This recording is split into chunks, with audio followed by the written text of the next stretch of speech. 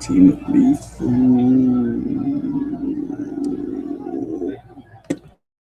Most motherfuckers don't know shit about boxing. Yeah, a whole bunch of motherfuckers would've won, should've won, could've won, but they didn't. If he dreamed it, he better wake up and apologize. You can't last 2 minutes in my world, bitch. Look at you scared now, you hoe. Scared like a little white pussy. Scared of the real man. I'll fuck you till you love me. Fighters like they always talk about fighters, but the same ones that talk about them fighters never had a pair of gloves on their life, never fought a day in their life. The only reason he was able to make them kind of movies is because people believed in bullshit. And they pay money to see me beat. And I go to the bank laughing. 100,000, 200,000, 300,000. I am the greatest. And he fight them. I can't even talk. Oh my God, man. I love you, man, and I support you. Oh no. No, it's buying me so fucking much, nigga. I saw you fight the red. It changed my life. This is what I'm gonna be. This is fucking me, nigga. Because of you. Who are you? I'm gonna rip his heart out. I'm the best ever. I'm the most brutal and vicious and most ruthless champion there's ever been. There's no one can stop me. Lynx is a conqueror. No, I'm Alexander. He's no Alexander. I'm the best ever. There's never been anybody as ruthless. I'm Sonny Liston. I'm Jack Dempsey. There's no one like me. I'm from their claw. There's no. I know you got him. I know you got him picked, but the man's in trouble. I'm gonna show you how great I am. The C+ fighter, I'm an A+ fighter. Come Saturday night next week, all the fans tune in because I'm a dominator. If guys had children, if I could kick them in their fucking head or stomp on their testicles, so you could feel my pain, because that's the pain I had. I know the art of fight. I know the art of war. That's all I ever studied. But I'm so feared. That's why they feared me when I was in the ring. Yo, what the is up with y'all today? Super Bowl Sunday. They're fixing football games. We're cooking on this boxing talk. I'm going to drop the link shortly. I just got to go over this one thing. Knockout Boxing made a great video about the Shakur 5-fight deal thing.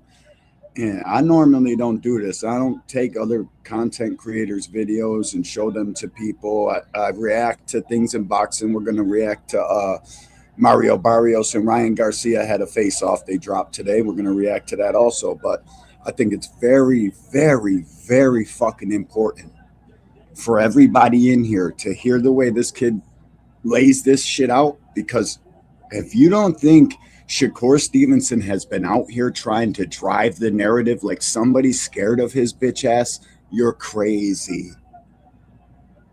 This shit, bro, Jay Prince been doing this kind of shit since he started, since he got here. Let me say what's up to the people, and we're going to get into it. Jab Queen, what's up with you, girl? Salute. I fucking appreciate you. Like, real shit, man. Thank you. Let me get something here. Let me get it. Where is it at? He chose the weight. He chose the gloves. He chose the arena. Basically, he chose everything. All I had to do was show up. So, tell me again, how bad does Shakur really want to fight Tank? I mean, Tank is the A-side by it. Oh, that was the wrong one. Hold up, my bad. Shout out to the super chatters who are just like Frank the Ghost Martin. They don't come around all the time, but when they do, they come around with a bang. One-hitter quitter. Thank you for your donation. We appreciate you. Thanks, Jeff.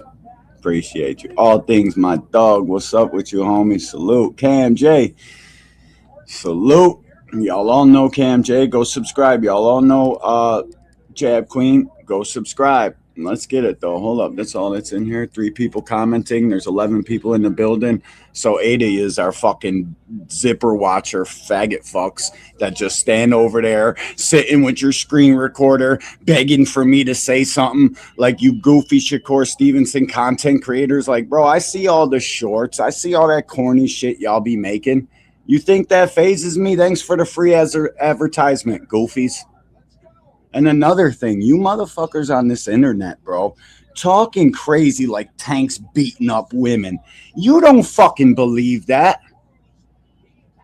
You don't fucking believe that. Matter of fact, you know that's not true, but yet and still, you're still out here on the internet. I put up a post yesterday on X, and I'm gonna fucking read it. I should share it. I should share my screen, but they don't let me on X from this computer because it's tied to my old X account that got timed out for good because you soft-hearted, bitch-made motherfuckers like to report shit. After you throw rocks, you run and hide your hands. Whole bunch of goofies on this shit, bro. And it's like in boxing, it's like more, bro. More than normal goofy in boxing. It's absolutely crazy. Oh, my bad. I ain't even got my camera on. Oh, you bitches thought I wasn't going to turn the camera on today. Like, come on, bro. Fucking soft as they come. Yous are literally soft as they come. Got some fucking nerve to be talking like this about somebody that you know for real. If he beat up a girl, that shit would be plastered all over the fucking place. He gets into it with his girlfriend, and y'all are losing your fucking minds like you ain't never been through it with your girl. It's crazy. It's crazy the way you guys talk about this young man. He ever seen one of you goofies in real life, you would never talk like that. So why do it on the internet? Why be corny on the fucking internet? That's like real shit. That's the only thing I got to say about this entire fucking point. We talked about it earlier on Dean by any means, and shout out my dog. Salute, Dean.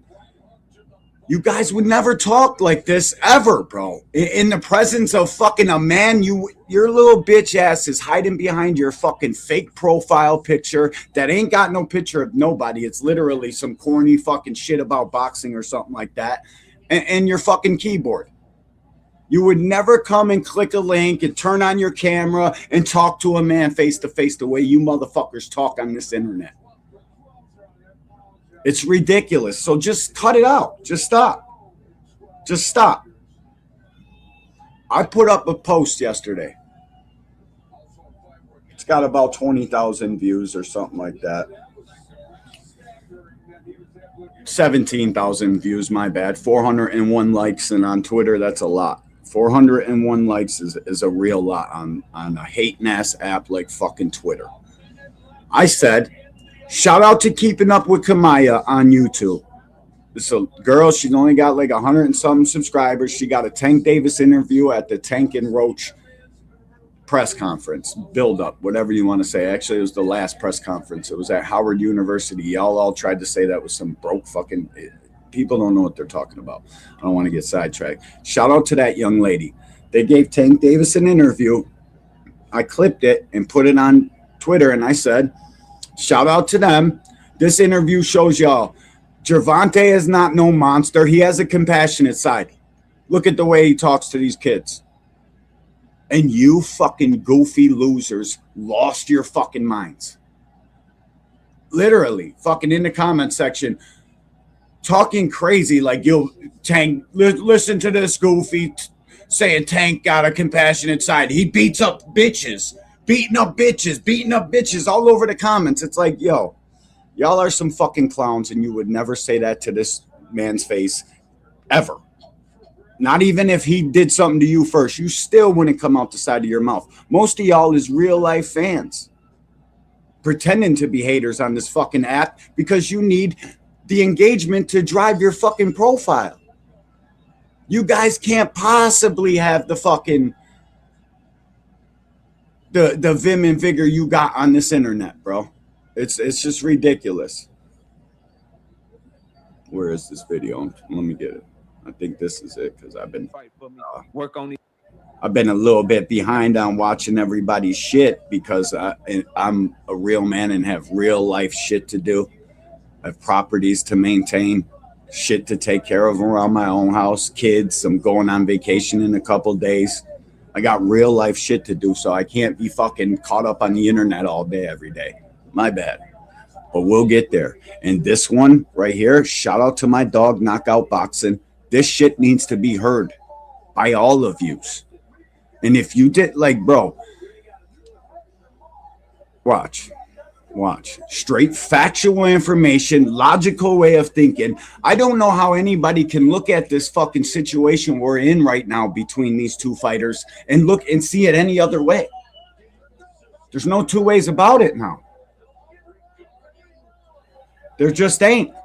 Fucking cry in the car, deal with, fucking argue with yourself, go fucking hang amongst your group of retards that don't like fucking what the facts in reality say. Yeah, stay over there.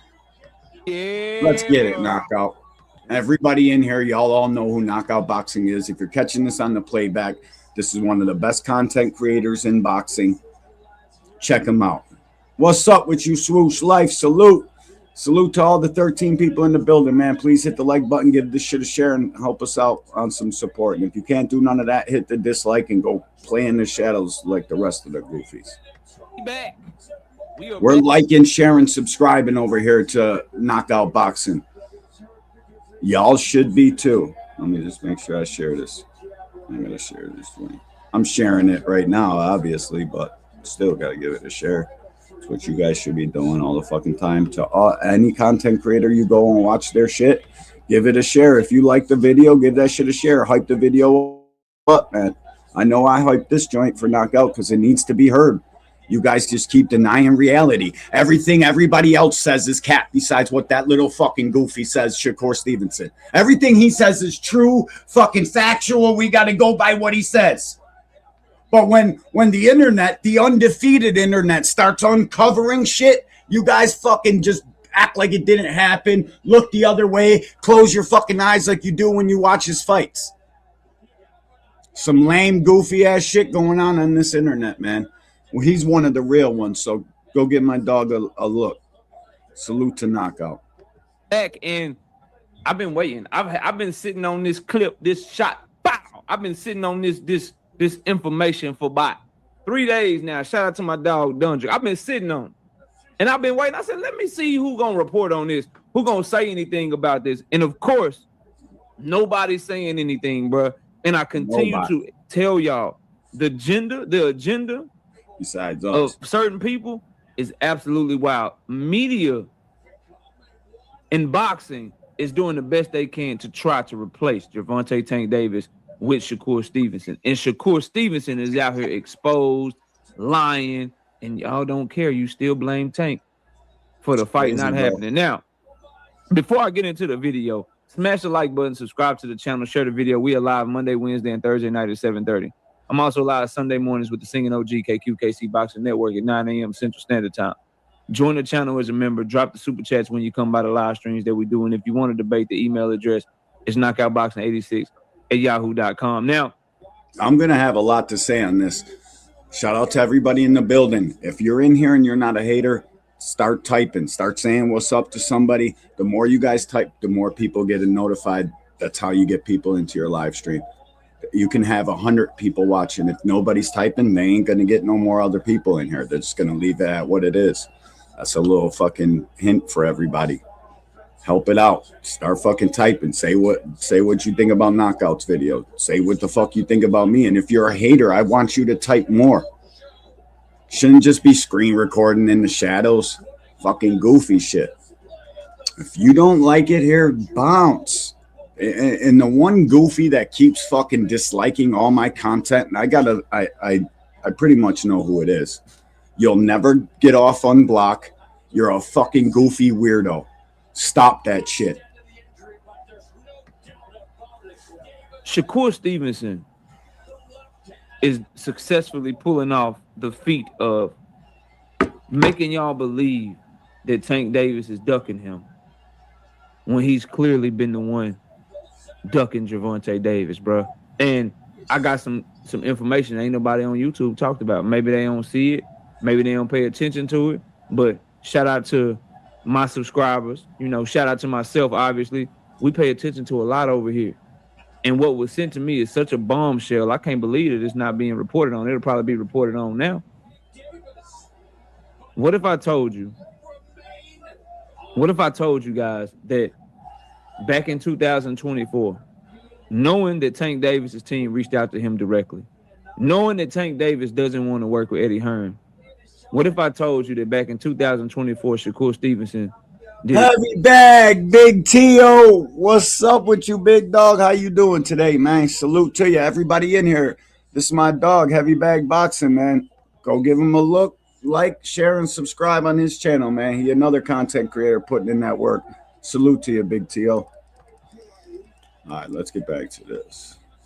Exactly what Steven Espinoza said. When Steven Espinoza said he didn't want to just take the one fight deal for a Tank Davis fight, he wanted a multi-fight deal. What if I told y'all that back in 2024, Shakur Stevenson signed a 5-fight deal with Matchroom? Y'all wouldn't believe me, right? Y'all would say, oh, no, you making that up, right? You crazy, right? Okay, cool, no problem. Let's talk about it. So first, let's go through the timeline of just the things that Shakur Stevenson has done and said to show that he don't want no smoke with Gervonta Tank Davis. Now, let me just say, bro, I do think that if a ridiculous fight offer came in for Shakur Stevenson to fight Gervonta and Turkey really had all these fucking imaginary hundreds of millions of dollars that he can light on fire if he pleases. But if they had that for him, I do think Shakur would fight. But I know what the play is here, guys. I just watched it fucking run out for 5 years straight between two other guys. I literally just watched the same thing, and the dude so fucking closely tied to the situation through his big bro Bud. Yeah, I don't know how the fuck you guys ain't making the same correlation. I really don't. I really don't know how you fucking goofies are choosing to look past this. Hold your guy accountable, bro. The whole time he's had a 5-fight fucking deal. Out here talking about I'll do whatever it takes. Fuck out of here, bro. This is some fucking good investigation journalism work by Knockout Boxing 86 TV. You need to fucking pay attention to this. And I don't care if everybody already watched it and you don't feel like watching it again. I'm going to keep driving this fucking point home. That kid had that 5-fight deal. He didn't really want no fucking smoke like that. He wanted to make y'all believe he did. Just like Terrence Crawford. And when the time is right and when Tank is fucking ripe for the picking, he'll come in and try to outbox him. Then he'll be wanting to take whatever the fuck it takes. Because after the people see that not too many people are interested in Shakur Stevenson's fighting style. I don't think he has enough hate against him to fucking go and do what Floyd Mayweather did. He still needs Tank. He needs Tank way more than Tank needs him. Y'all need to wake the fuck up, man. Let's go to his back in 2024 to this quote right here, because I'm going somewhere with everything, right? Facts, Cam. November. In terms of Shakur, how close are you to signing him? Facts, swoosh. And remember, bro, I'm leading somewhere.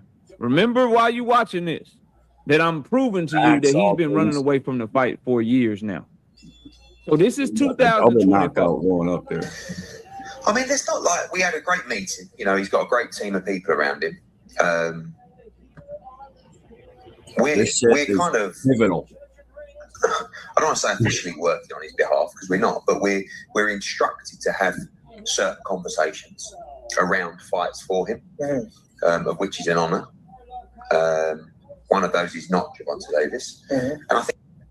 So back in 2024, while he was negotiating with Matchroom, he told Matchroom, "Don't try to make the Tank fight. Try to make other fights for me." And then he eventually ended up signing to Matchroom. What does this prove, KO? This proves that it was true that Tank Davis' team reached out to him.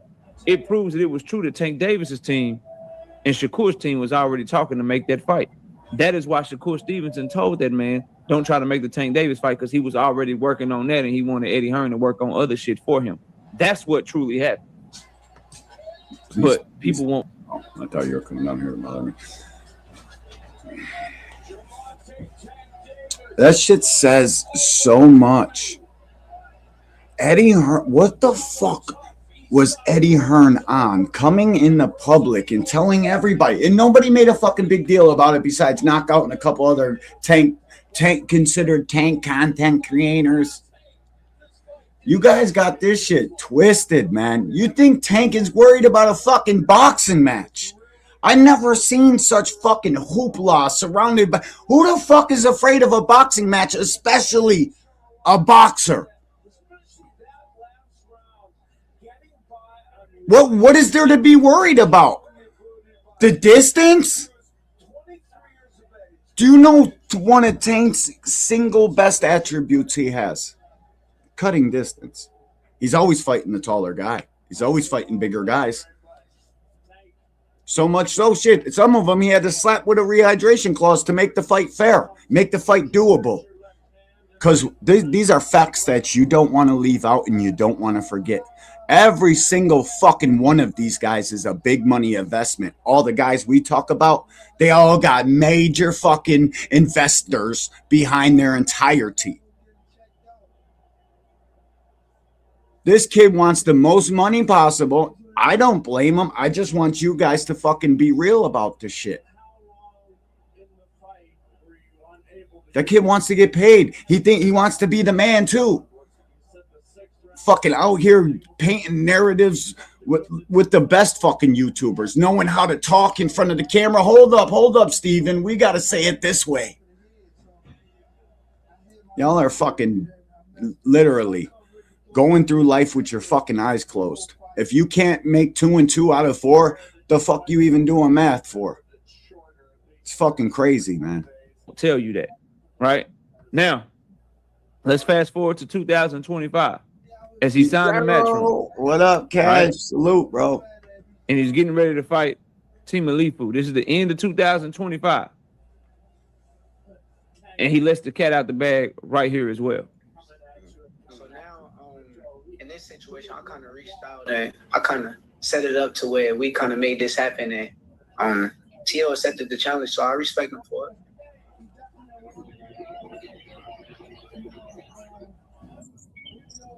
The way you see an idea. You guys got to get some YouTube red, bro. Like real shit. Of course, they're trying to play. Shout out to all my hardworking content creators, bro. The best $20 I spend every month is YouTube red. There ain't never an advertisement coming across my screen because I can't stand that shit. I'll be in somebody's live stream talking shit. Then an ad comes up. It's like, what the fuck, bro? It'll make you lose half your subscribers and people watching this shit every time that ad pops up. So I try to get YouTube red, bro. I hope people got that shit watching me, bro. Get it. It's the easiest. It's the best $20 I spend a month. No ads, nowhere. Get some YouTube red, dog. An ad in my shit. Here we go.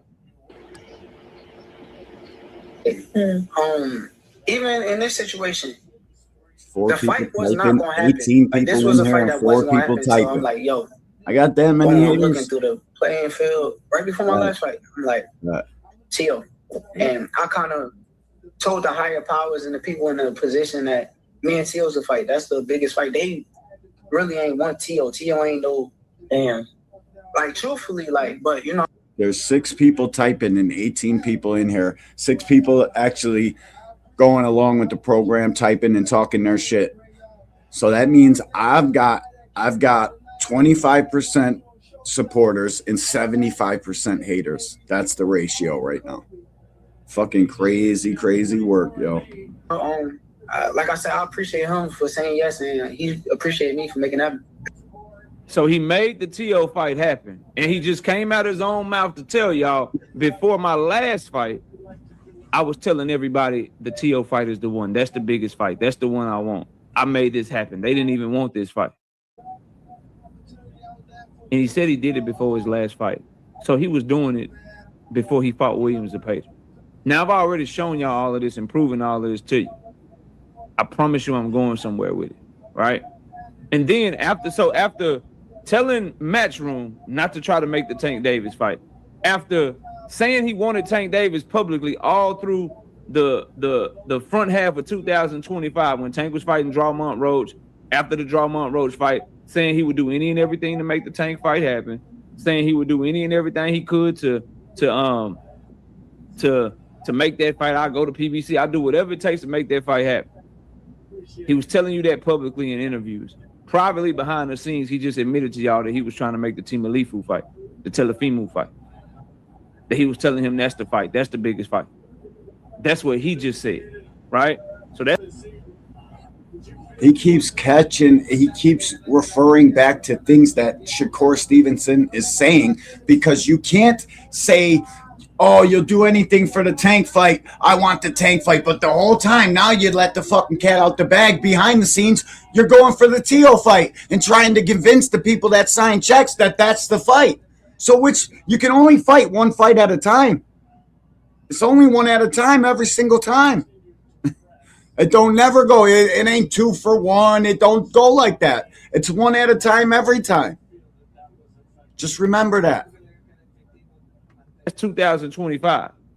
Now he doing the Team Alifu lead up. And also remember, he was doing that just to get the timeline together. He was doing all that shit before William Zepeda fight. William Zepeda and Shakur Stevenson fought July 12th, bro. I know these facts kicking y'all ass and y'all don't like them, but these are just the facts. They fought July 12th. So before the Tank Davis Drummond Roach rematch got pulled, before Tank Davis and Jake Paul got announced, before Tank Davis had the issues that he's having with the law right now, before all of that, Shakur was already behind the scenes privately pressing for Team Alifu Telefimu while publicly saying he wanted a Tank Davis fight. He's tricked y'all into believing that he wanted the Tank Davis fight so bad, while behind the scenes, it is being exposed that he is making other moves, like telling Eddie Hearn, don't try to work on the Tank fight for me, work on these other fights.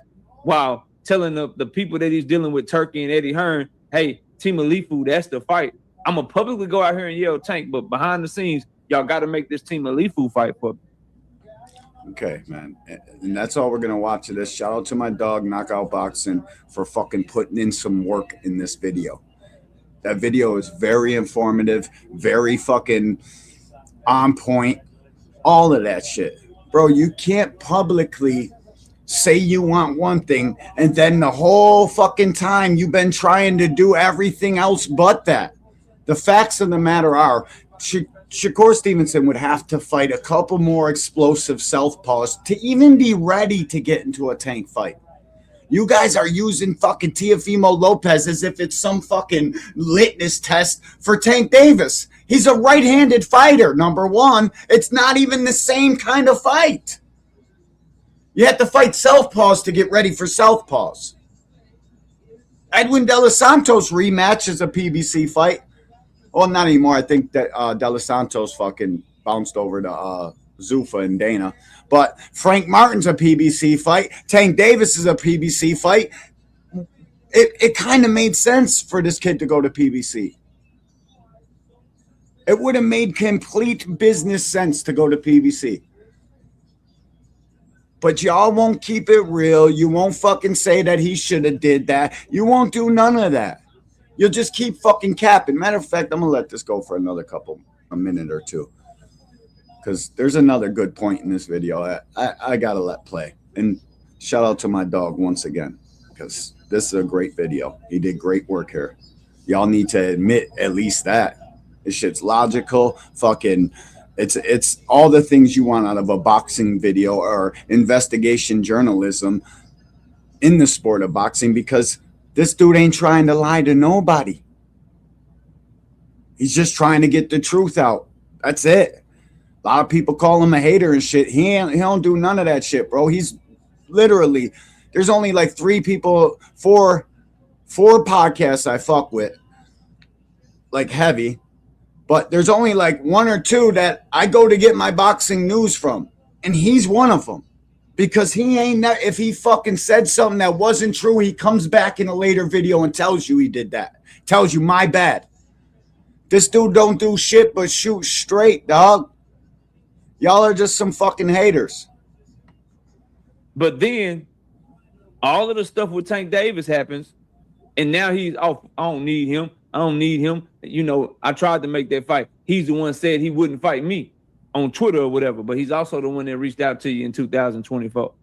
He's also the one that was ready to make a one-fight deal with you back in 2024. You pulled away and went to Matchroom. And then lied about the Matchroom deal, which is the main part of this video. I promise y'all I'm getting there. Smash the like button. Lied about Matchroom. Oh, it's only a 2-fight deal. Oh, I'm a free agent. He's lying about being a free agent right now.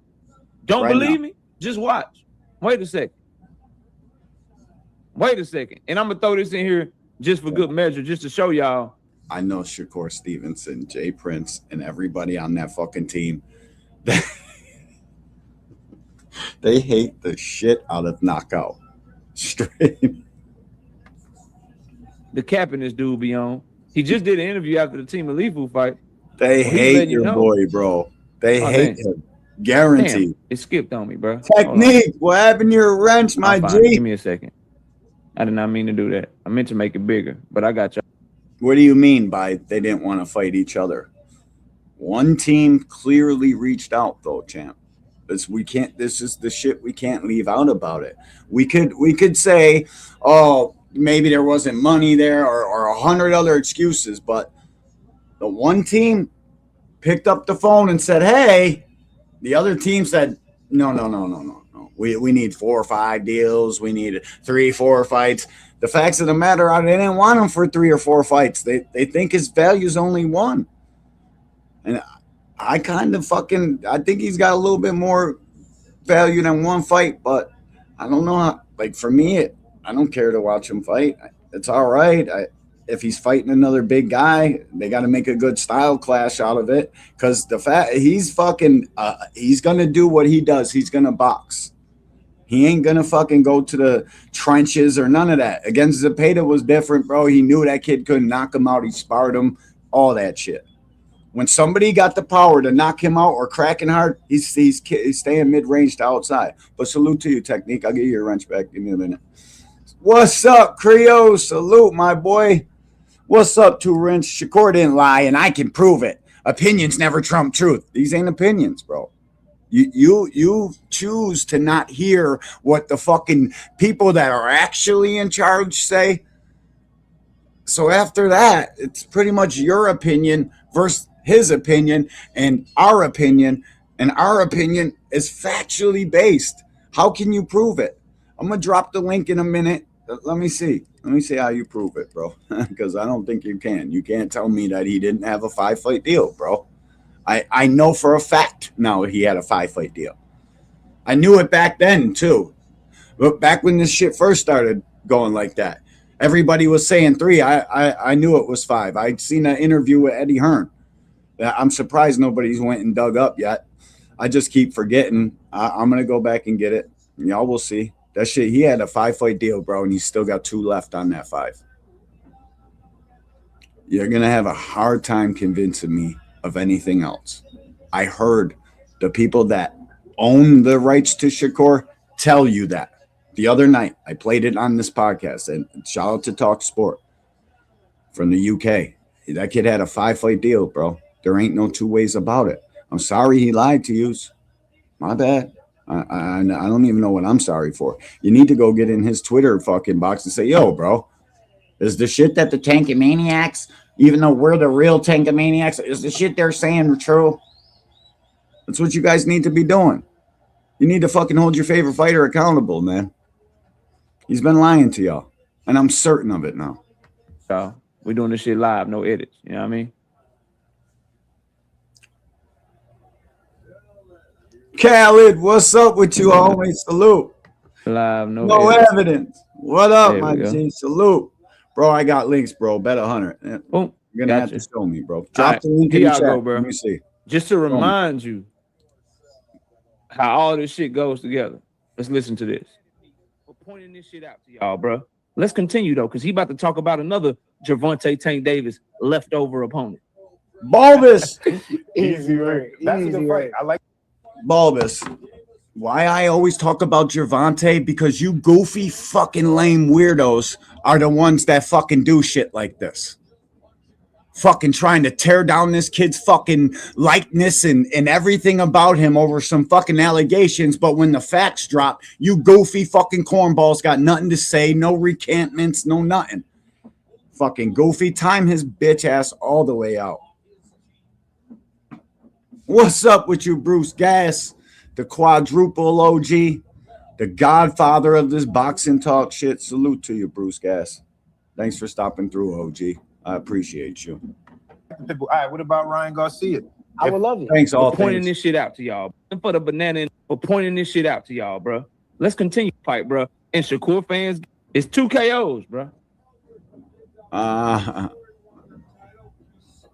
pointing this shit out to y'all, bro. Let's continue though, because he about to talk about. God damn it! I thought I had it, y'all. Cash Crypto say Shakur know he got a bunch of dick riders like Too Rich to push his false narrative. Crucial, what's up with you, bro? Salute, Crucial Content. Some people will come in here and their wrenches will be gone. Yesterday on my live stream, I had a goofy fuck thought he infiltrated my podcast with 2 wrenches, untimed out himself. So I had to take a whole bunch of people's wrenches. And if you don't come back and earn them back, you're not going to get them back. That's how this is going to go from now on this podcast. I'm not giving wrenches out to just anybody. You have to show up here like 3 times in order for me to fucking trust and believe you rock with me. I got too many haters. I got fucking nothing but haters. That's why there's 8 people typing in the chat and fucking 20 people watching, because I got more haters than I do supporters. And a couple of them people that aren't typing probably just can't type. Maybe they're at work. Maybe they got something going on. And you know what I mean? I understand that. And I just know I ain't talking to you guys when I say this shit. I'm talking to the haters because I got a bunch of them.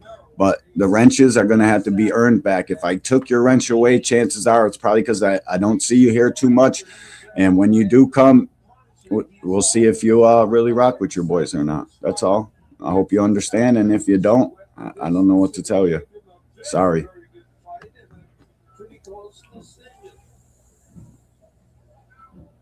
Too Rich about truth. I don't have a dog in the race. I'm not a super fan. Are you trying to tell me you don't have a dog in the race between Tank and Shakur, bud? Are you kidding? This shit's crazy. This shit's crazy. Too Rich says, I know you're a Terrence fan. Every time Boots is brought up, it doesn't matter who Boots is fighting or going against, you go on their side.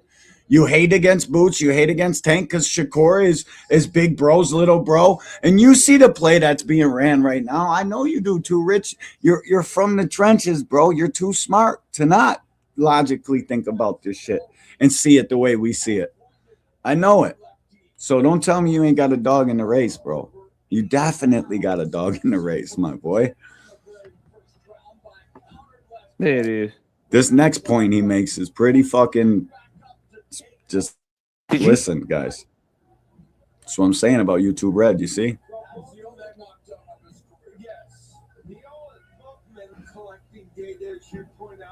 There we go. Right there. There you go. Okay. If you just tell who's the best. So Shakur's the best at lightweight, 135.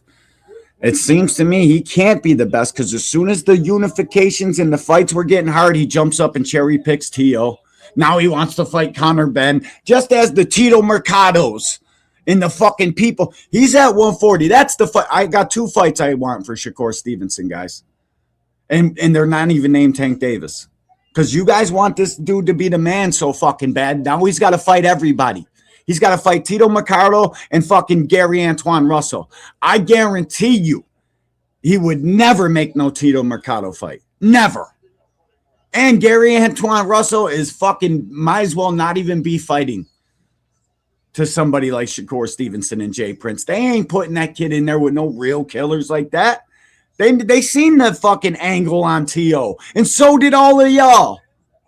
But you're not honest. You're fucking capping ass boxing fans.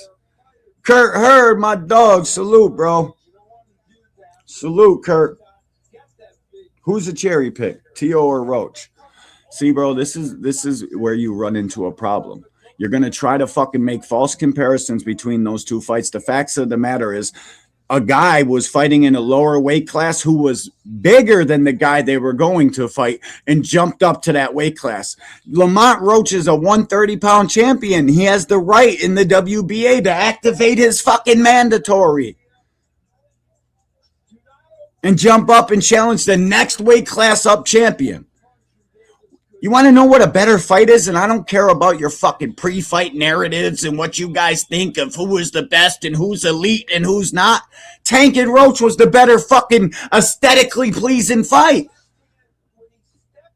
That fucking Tio and Shakur fight was lame as fuck. Tell me the fucking exchanges you remember about Tio and fucking Shakur. Now tell me the exchanges you remember about fucking Tank and Roach. I bet you everybody in the chat got a better exchange for Tank and Roach than they do for Tio and Shakur. I'll bet that 100 on that. You'll be the only one capping about an exchange in that fight. Man, but claim you don't got a dog in the race. That's some legendary cap you doing. And the guys that's the lucrative fights is Foxy is Jaguar. Salute, my boy. All right, I got to let this play, man. Thomas Hill, what's up with you, OG? Salute, bro. Salute. L2 gut. You remind me of Jamie Kennedy. Who the fuck is Jamie Kennedy? Are you trying to say Malibu's Most Wanted, you fucking clown? Is that what you're trying to say? Huh, Goofy? I bet you I drop this link and you'll remind me of a ghost. You won't be nowhere to be fucking found, Goofy. So why don't you just...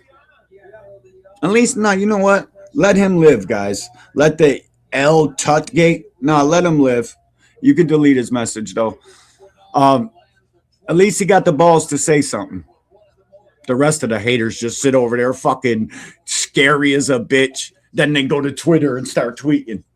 Look at this dude. Look at this dude. Fucking corn goofballs. At least Too Rich would get up here and be man enough to argue with a motherfucker. That's why I like Too Rich. He gonna argue his fucking side.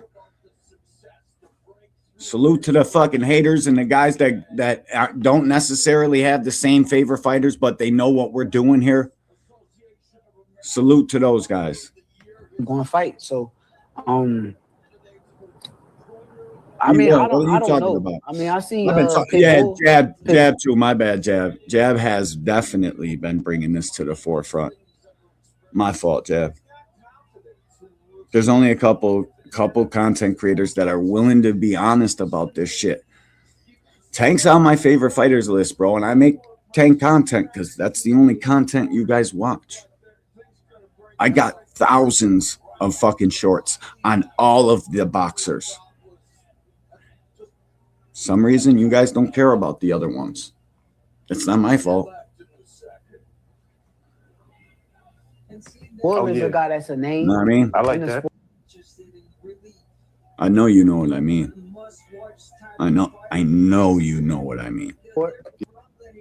Yeah, I like that. And honestly, my bad, Jab. So you see him call out Pitbull Cruz, bro. So just to give y'all the timeline, remember I started the video, I said, bro, Shakur Stevenson signed a 5-fight deal to Matchroom. So remember, Quee, what's up, girl? Salute, Quee.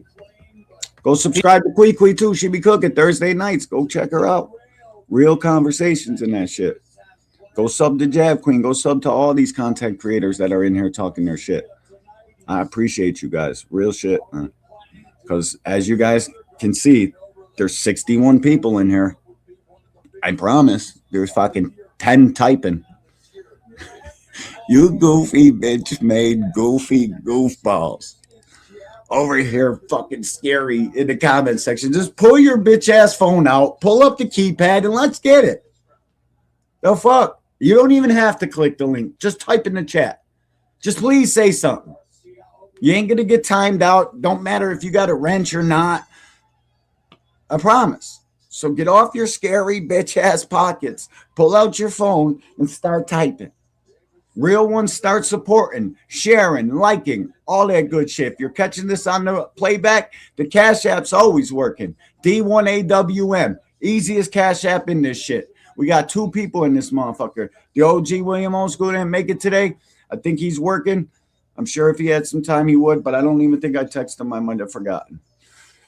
But he knows when he comes in here, this is his shit. There's 2 of us up here, bro. This shit's hard work. We need some support. We need some love, and we need some hate. We need all of it.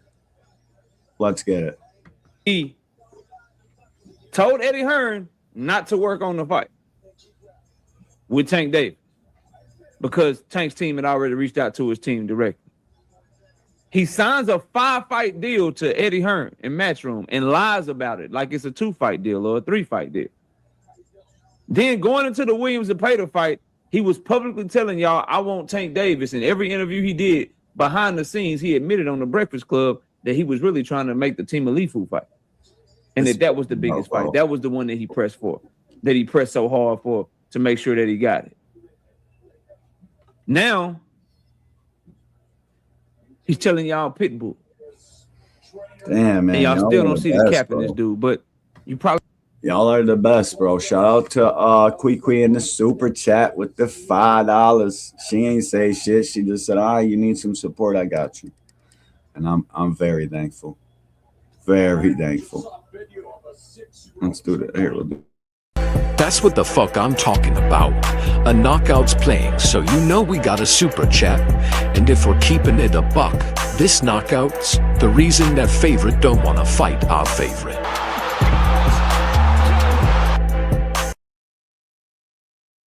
I mean, I'm just saying, when Tank placed Frank Martin's head on the canvas, that's when all this fucking cockamamie lies and 5 fights and all this shit started. I'm just saying. Shout out to Quee and shout out to my dog Kurt Hurd in the Cash App with the $10 holler, man.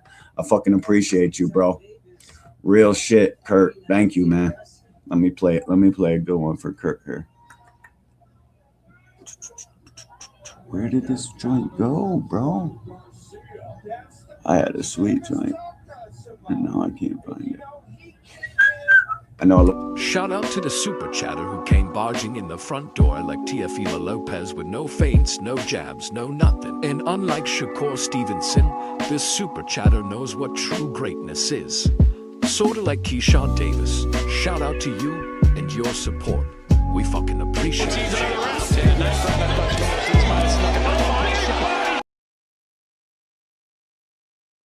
Shout out to the real ones, the supporters, man. Thank you so much. But every time I watch that Keyshawn shit, I'm over here today thinking that's all Keyshawn needed. Before the fights happen, I'm like, yo, you know what? If Keyshawn makes this shit look good and stops this dude, I bet you boxing fans, I'm thinking to myself, I bet you boxing gets behind him. Nope. No mention of it. And that's how I know DAZN is literally fumbling the fucking, dropping the ball. You got Keyshawn right on your doorstep. Fucking Top Rank's almost ready. I don't know if they're ready to part ways with him now, but they were. That kid should be getting praised, bro. That was fucking great. That was fantastic, bro. That scraping body shot, dude. You know how much time was left on the clock?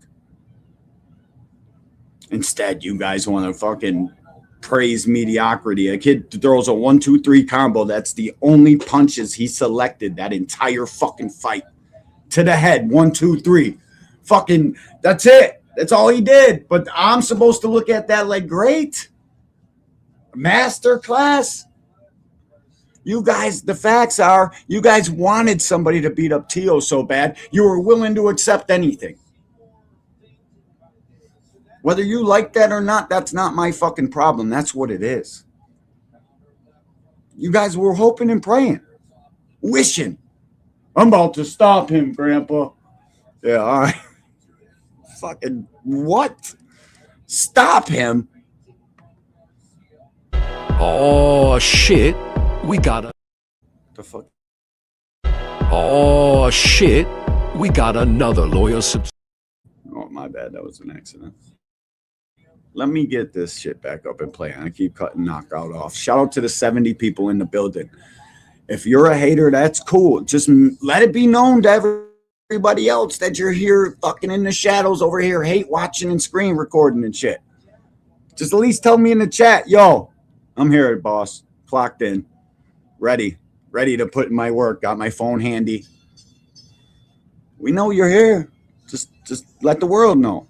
Shout out to y'all. If you're here on some real support shit, you already know what it is with us. So salute to everybody in the building, haters and lovers alike. I think I'm lying to you about the 5-fight deal, Shakur fan. Because this is a game changer. This is a barrier. This buries everything, bro. This kills any argument y'all could have. Because the simple question is, If you wanted to make yourself free and you wanted to fight Tank Davis and you wanted the biggest and best fights possible, why would you sign a 5-fight deal to a promotional company and don't have nobody that you claim you want to fight? You claiming you want Pitbull Cruz right now while still under contract to Eddie Hearn for 2 more fights. Because remember, the first fight of that deal was the Padley fight. The second fight of that deal is the Zapata fight, and now the third fight of that deal is this fight with this shit crazy. 70 people in here and 35 likes. Come on, there's not a fucking single chance in the world I got just as many haters as supporters. I refuse to believe that. But if that is the case, we should be having a spirited conversation right now. You guys should be going back and forth with people in the chat. Hit the fucking like button. Like, I don't understand it. Does it cost something? Or do they tax you about it? The fuck? Come on, man. Like, this shit's crazy. Timalifu Telefimo. And I always said, bro, if I signed a 2-fight deal, why would Matchroom let him have Padley for the first fight? Why would they let him have Joe Cordina for the first fight? Because remember, he was going to fight Joe Cordina before his hand hurt. It was because they knew they had him for 4 more fights after that. King B, my motherfucking dog. What's up with you, champ? Salute, King B. If I missed you coming in here, y'all already know I don't do that. Showtime the guy. What's up with you, OG? Salute, man. Hope all is well with you, OG. Salute. But y'all probably don't believe what I'm saying. He got the smoking gun. He about to pull out the smoking gun, and all y'all are going to go. Don't worry. I'll prove it to you. Then we'll end the video, and I'll let y'all cope. Like you do when you're watching Shakur. I'll let y'all cope harder. Don't you worry about it. When people are attacking Shakur. Shakur fans, you have no one to blame but this guy right here. He survived? This is who you should blame in the comment section. Y'all know who Shakur whooped his ass. Y'all have any idea who this is? Probably not. His name is Frank Smith. Yep. The owner. Who is Frank Smith? He's a chief executive officer. Chief executive officer. CEO of Matchroom Promotion. But he's lying, CEO right? of Matchroom Promotion. Alan Sobstein. Salute. Ain't no big cap coming out of nothing, bro. This shit the smoking gun. The guy he just pulled up on the screen, Too Rich. It's as real as it gets, man. Shout out to my dog Alan Sobstein in the building. See you plucking over there, plucking. Just so you know, I'm not full of it.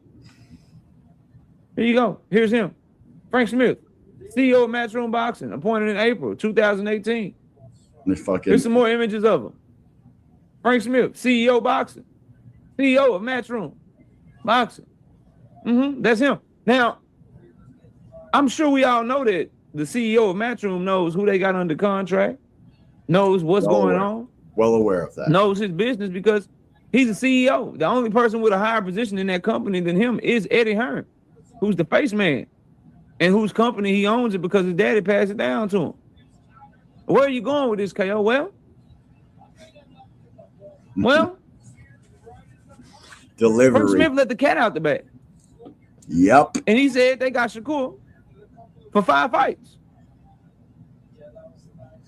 So if you signed a 5-fight deal to Matchroom, how did you want any of the fighters you was calling out at that time? Because none of them signed to Matchroom. You just wanted that bag. I told y'all he's on the Terrence Crawford plan.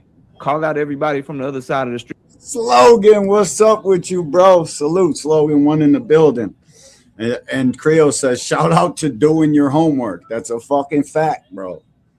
That's a super fact. Bro, extending your contract is not you signing for a 5-year deal from the jump, bro. It's not a 5-year deal, number one. It's a 5-fight deal. Whether them 5 fights take 2.5 years, a year and a half, it's up to Shakur and how much he wants to fight, or them and how many fights they got for him, bro. He signed a 5-fight deal, bro. He's fought 3 fights for them. He's got 2 left. And all the shit that we see, everybody, all the shit that they say out their mouth, it all corroborates it. Other than, oh, I'll do anything to fight Tank Davis. We know why the fuck he was saying something like that. We know, bro.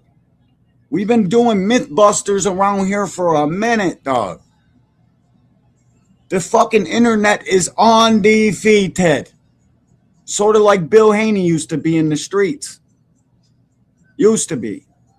It's fucking, you ain't gonna beat this. No way, bro. We seen it. It's the fucking CEO of Matchroom telling you how much he was signed for. I don't want to, there's no reason for him to lie, bro. There's no reason for him to lie. And the fucking dude, the way he asked him the question, I knew it was fucking 100% factual. You guys try to use the two little words at the end to play word salad like fucking Boxing Hacker and think this is about boxing debates. This is about you guys trying to defame Tank Davis all the fucking time. That kid ain't got none. When you take Shakur Stevenson and Tank Davis, who's got more reason to not want that fight? Just off of the boxing aspect of it. The fighting aspect of it. Which guy, Tank Davis, Shakur Stevenson, would avoid that fight? Would have reason to avoid that fight? Which guy? Be honest. I need some participation in the chat.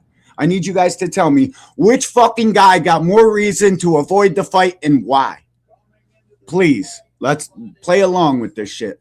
And smash the like button. We still got 40 likes in here, 39 likes. Man, all right, it's cool. 84 people. I got fucking more than half haters. 40 of you is haters. Over here clipping my shit, waiting to make shorts and content. Fucking clowns. You think, bro, I barely even respond to any of it because it's fucking goofy. All you're doing is driving traffic to my channel. Whether they like me or not. You got 40 more people in here than usual, I see. Shout out to those shorts, dog, in the screen recorders. Thank you.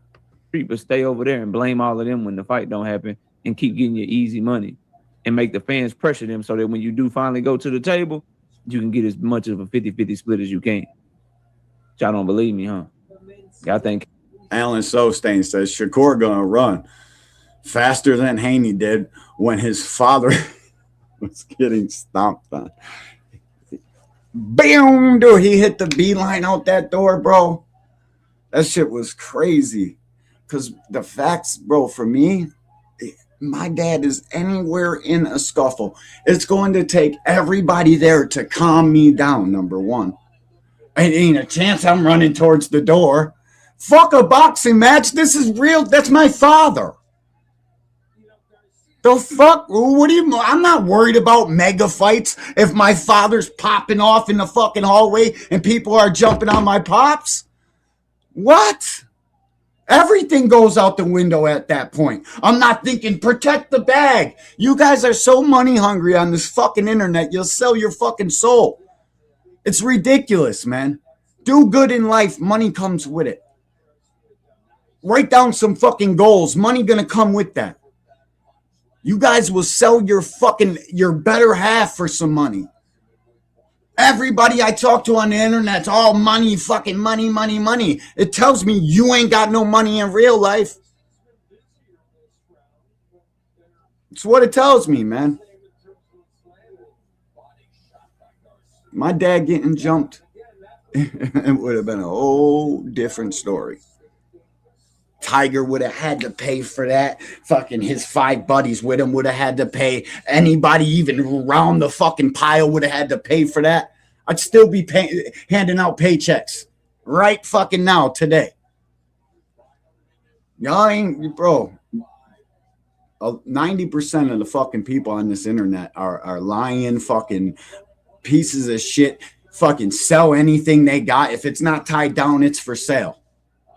Fucking no morals or principles about no fucking real life shit ever, bro. Y'all ain't, it's fucking goofy, man.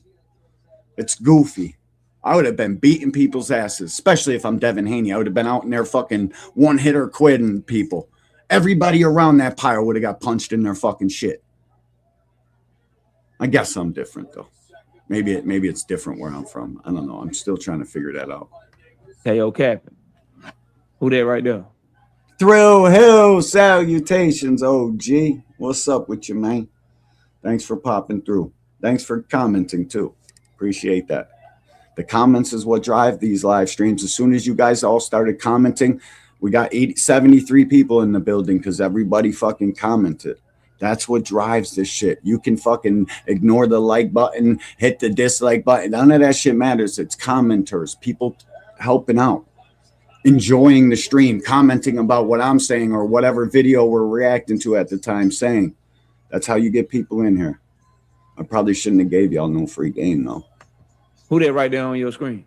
What his name is? And I'm not talking to the people that rock with me, and they know that. They already been known that. The people that don't rock, I know your little bitch asses in the shadows right now. I shouldn't have fucking gave you no fucking free game. You'd be making up fake accounts, typing in your own shit. Name Frank Smith. Let's hear what he got to say, shall we? If you knew better, you'd do better. He's got the Ryan Garcia against Barrios winner. He's mandatory for the WBC world title.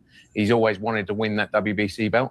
But look, if Shakur wants it, look at the position Conor Ben's in, though. He's got Shakur Stevenson, a 4-weight champion of the world, calling him out. You know, and that's what Conor does.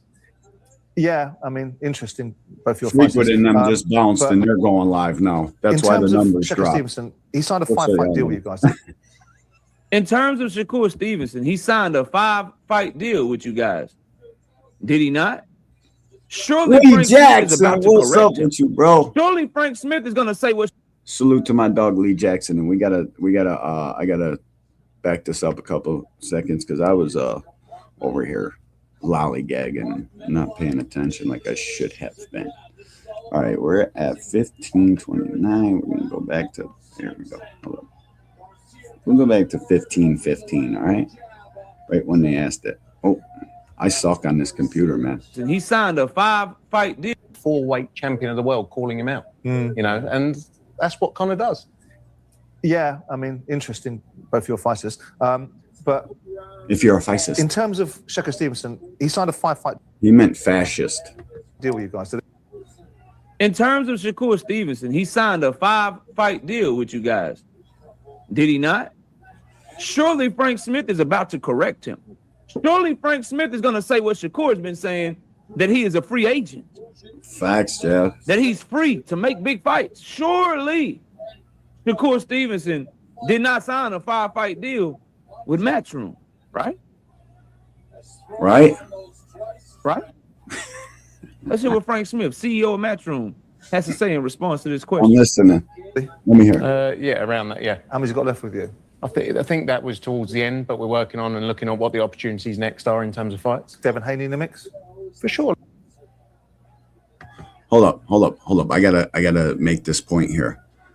He said we're towards the end of that. That means he fought 3 fights, got 2 left. So now he's trying to extend the last 2 of the 5. Now he's trying to make that probably 3 more. When's he gonna fight Tank?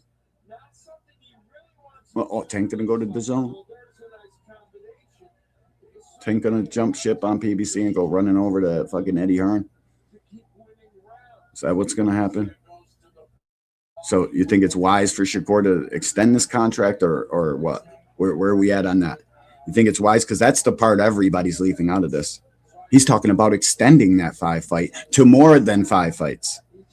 And normally an extension on a 5, I would say would probably be a 3 or a 2. So it's either going to be 7 total fights or 8 total fights. When's he going to fight Tank? How's he going to fit that into the DAZN jam-packed schedule? Where are they going to do that at? Yeah. Reality hurts. Facts fucking smacking like a bitch right now. He signed a 5-fight deal with you guys. Oh, yeah, something around there. Yeah, it's coming to an end. That boy got 2 more fights left on his Matchroom deal. 2 more. So just to sum it up for you, Tank Davis's team reaches out to him in 2024 when Lomachenko falls out. Shakur Stevenson tells Eddie Hearn, don't work on the Tank fight because he's already trying to work on it himself, work on other fights for me. He sees the Tank option. He sees the Matchroom option. He takes the 5-fight deal with Matchroom. He continues to use Tank Davis's name all throughout 2024 and the beginning of 2025 publicly while privately working on the Team Alifu fight. He decided to fight Team Alifu before Tank Davis ever took the rematch with Drawmont Roach got officially announced, before Tank Davis ever announced the Jake Paul fight, before Tank Davis ever got pulled from the Jake Paul fight. And now he beats Team Alifu Lopez. He's calling out Tank Davis leftovers, Pitbull Cruz, and Ryan Garcia that he already knocked out. Ryan Garcia already outboxed Pitbull with one hand. He's trying to put rehydration clauses on these fighters at 147 after shitting on Tank Davis, putting people on rehydration clauses. And on top of that, he's tricked y'all into believing he's been chasing Tank Davis fights while running in the other direction. He's been chasing these big fights while signing himself up to Matchroom for essentially 2 or 3 years. Because now, shout out to Knockout Boxing. Everybody in here, go over there and give, if you're not already, which I got a sneaky suspicion all the years are, but go check my guy out. Fucking real one. Points out the fucking facts, shows it to you. I don't know how you can see it any other way. Like I said earlier, I really don't know. I want Tank and Shakur more than I want any fight in this fucking shit. Guru the Boxer, man, salute. Welcome to the Angry White Man. If you've never been here before, what's up with you, champ? They acting like they forgot how good Tank is. No, they forgot, bro. These fucking dudes are out here saying Tank's got the 8th best chance to beat Shakur out of all of them. Fucking the false equivalences that are being made and the level that they're putting Tank on for being in a competitive fight with one of the other best fighters in this shit is bizarre to me. Lamont Roach is a better fucking opponent than just about any of them had. Tio, I would rate Tio a little bit above him only because of his accolades that all of us really don't look at like shit anyways. I mean, the one accolade he won like fucking 7 years ago. It seems like to me, Shakur and Teofimo both peaked. They're trending downwards. Shakur Stevenson got a lot of big money fights out there, man. He does. He's got a lot of fucking fights out there. So I get why they're using Tank's name, attaching Shakur's to Tank's.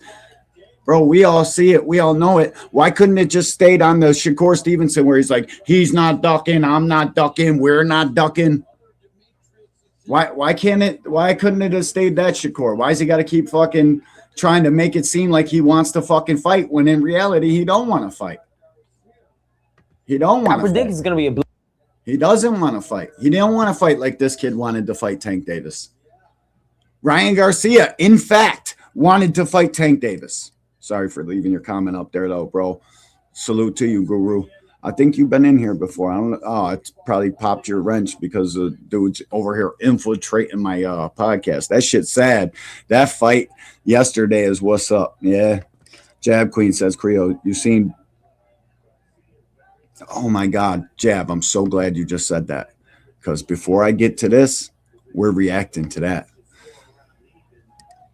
The UK's been kicking our dicks in, guys. Like, in boxing, the UK has been smashing on the United States.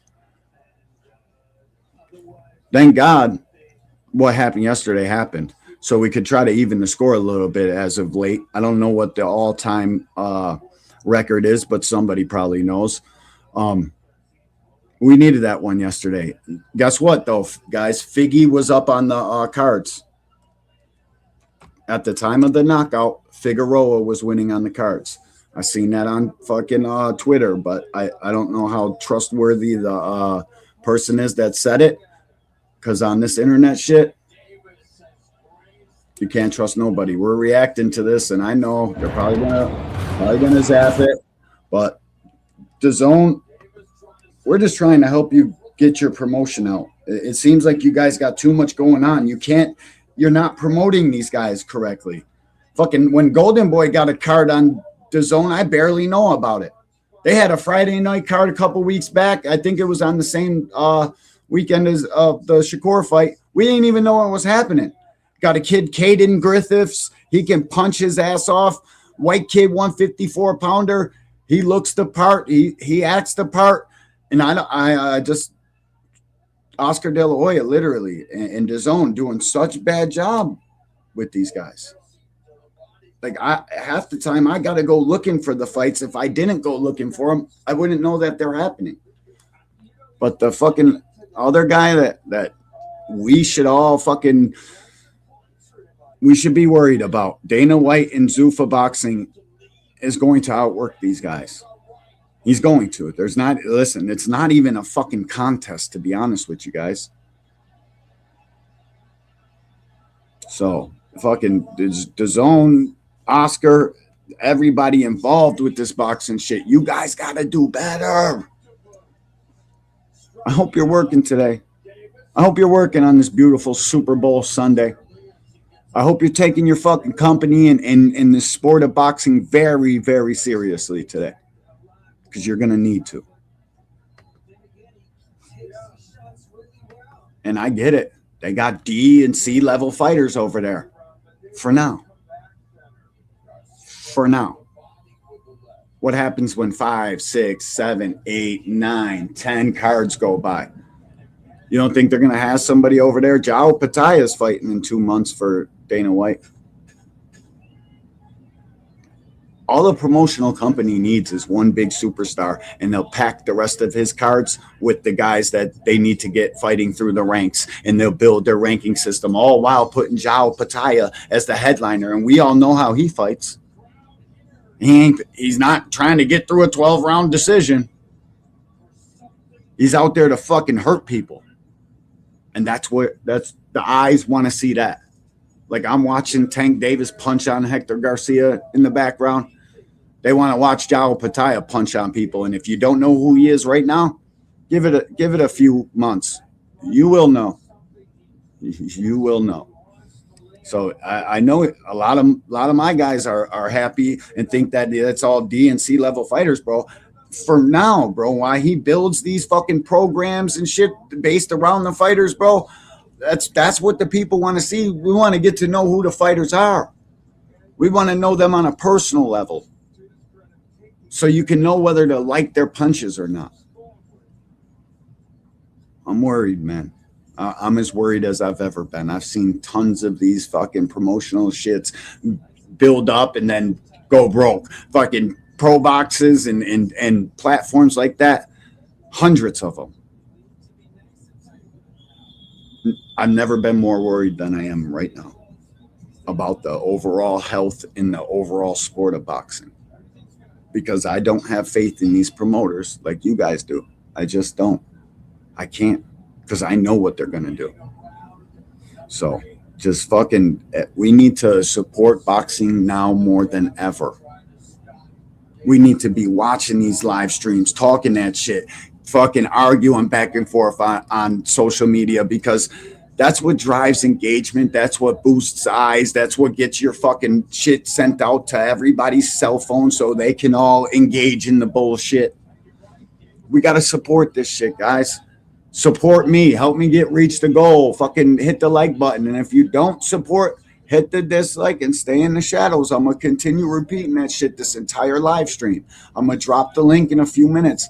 Let me get through this, and then we'll play the I got to play these highlights, bro. Shout out to Brandon Figueroa, who, by the way, needs to fucking get something on a butt.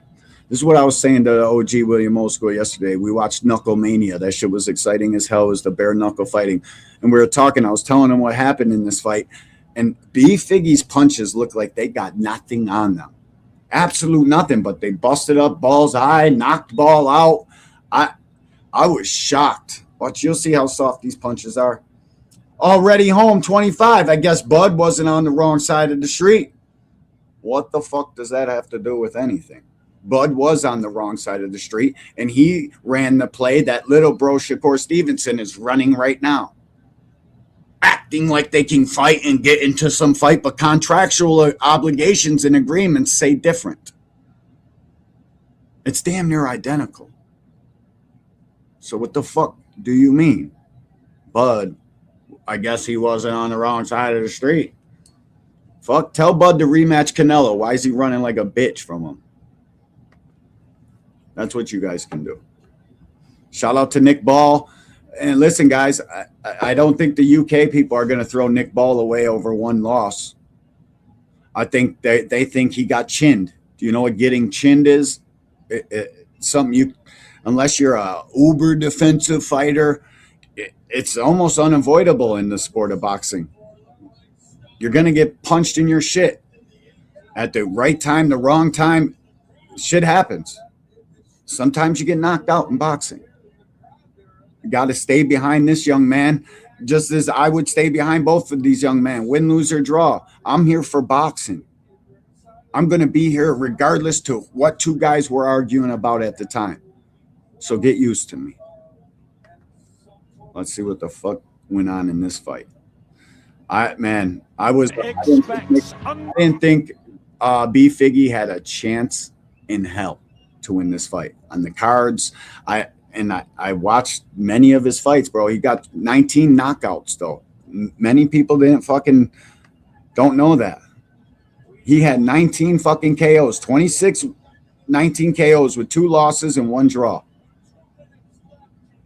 That's a lot of KOs, bro.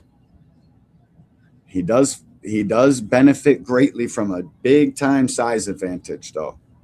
So this fight I thought was unwinnable for the young man. I'm only going to play the knockout. We're not going to go through this. So I don't want to waste fans' time. A lot of yous don't like all of boxing. You're only here for the Shakur and Tank talk, or the Tank and Devin, or Shakur and Devin, and that's another fight that's a fucking joke. Why would Shakur and Devin fight? And Devin ain't taking no 147-pound fucking rehydration clause. That's the one thing I admire about the kid. He stands on his fucking square.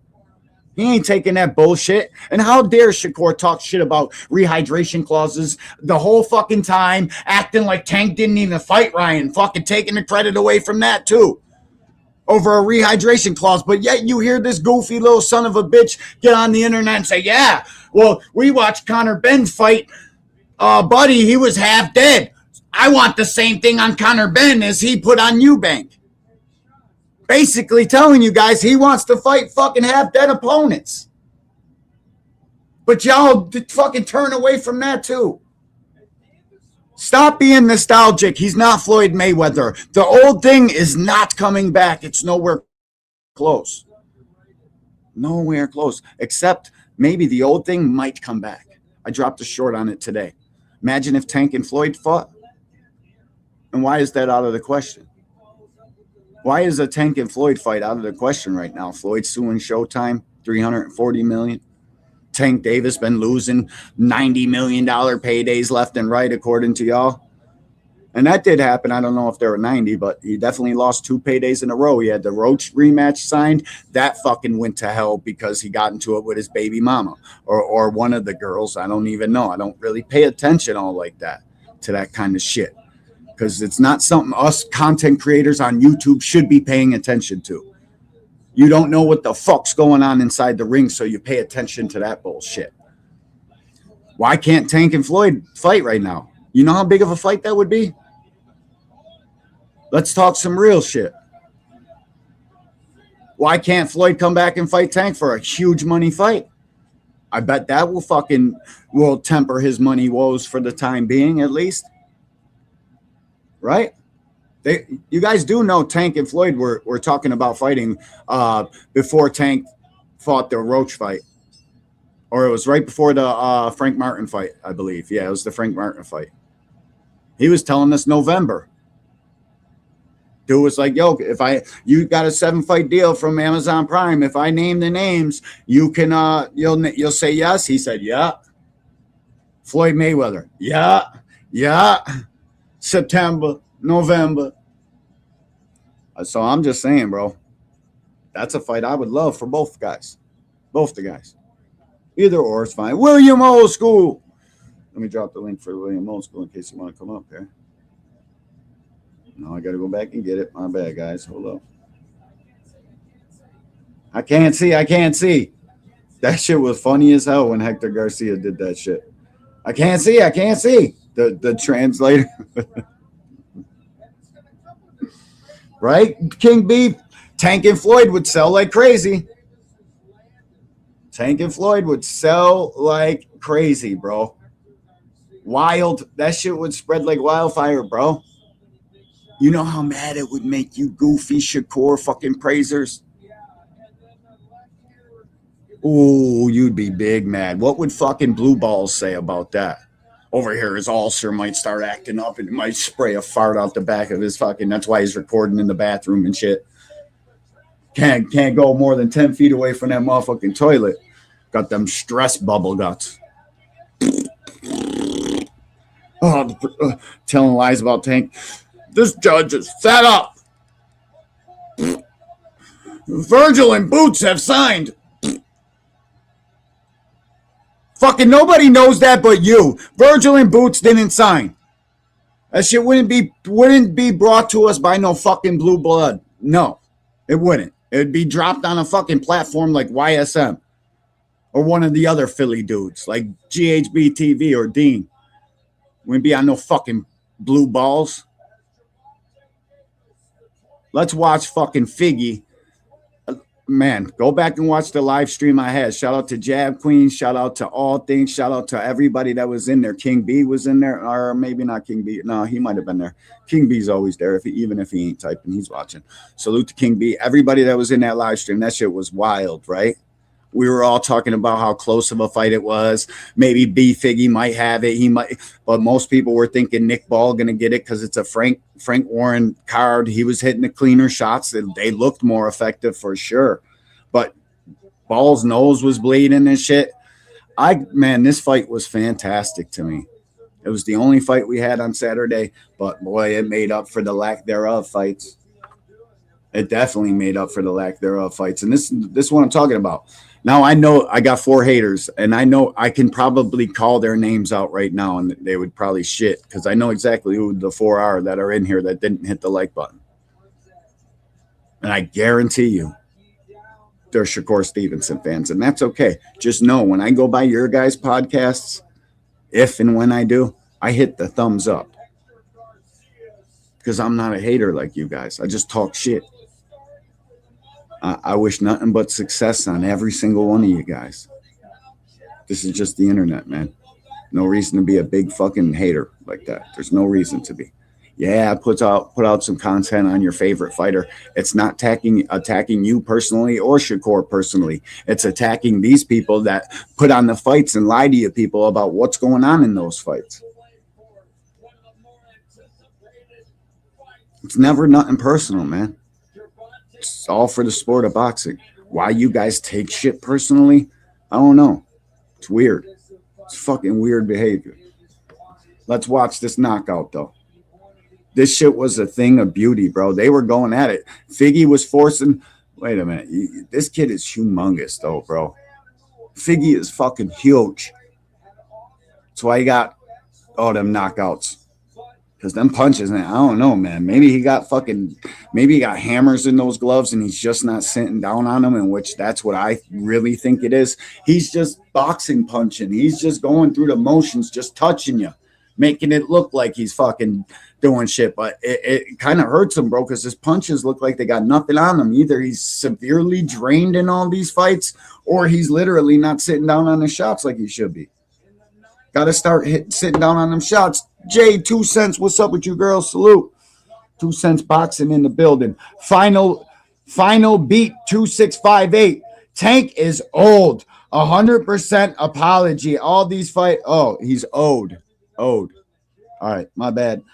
Final beat. Salute to you. Welcome to the Angry White Man. Final beat 2658. He says Tank is owed an apology. All these fighters that want to fight in that snack need to be disgraced, and do not fight no snack fighter. If God didn't make it, don't take it. Salute to you, champ. I'm of the same accord. I agree.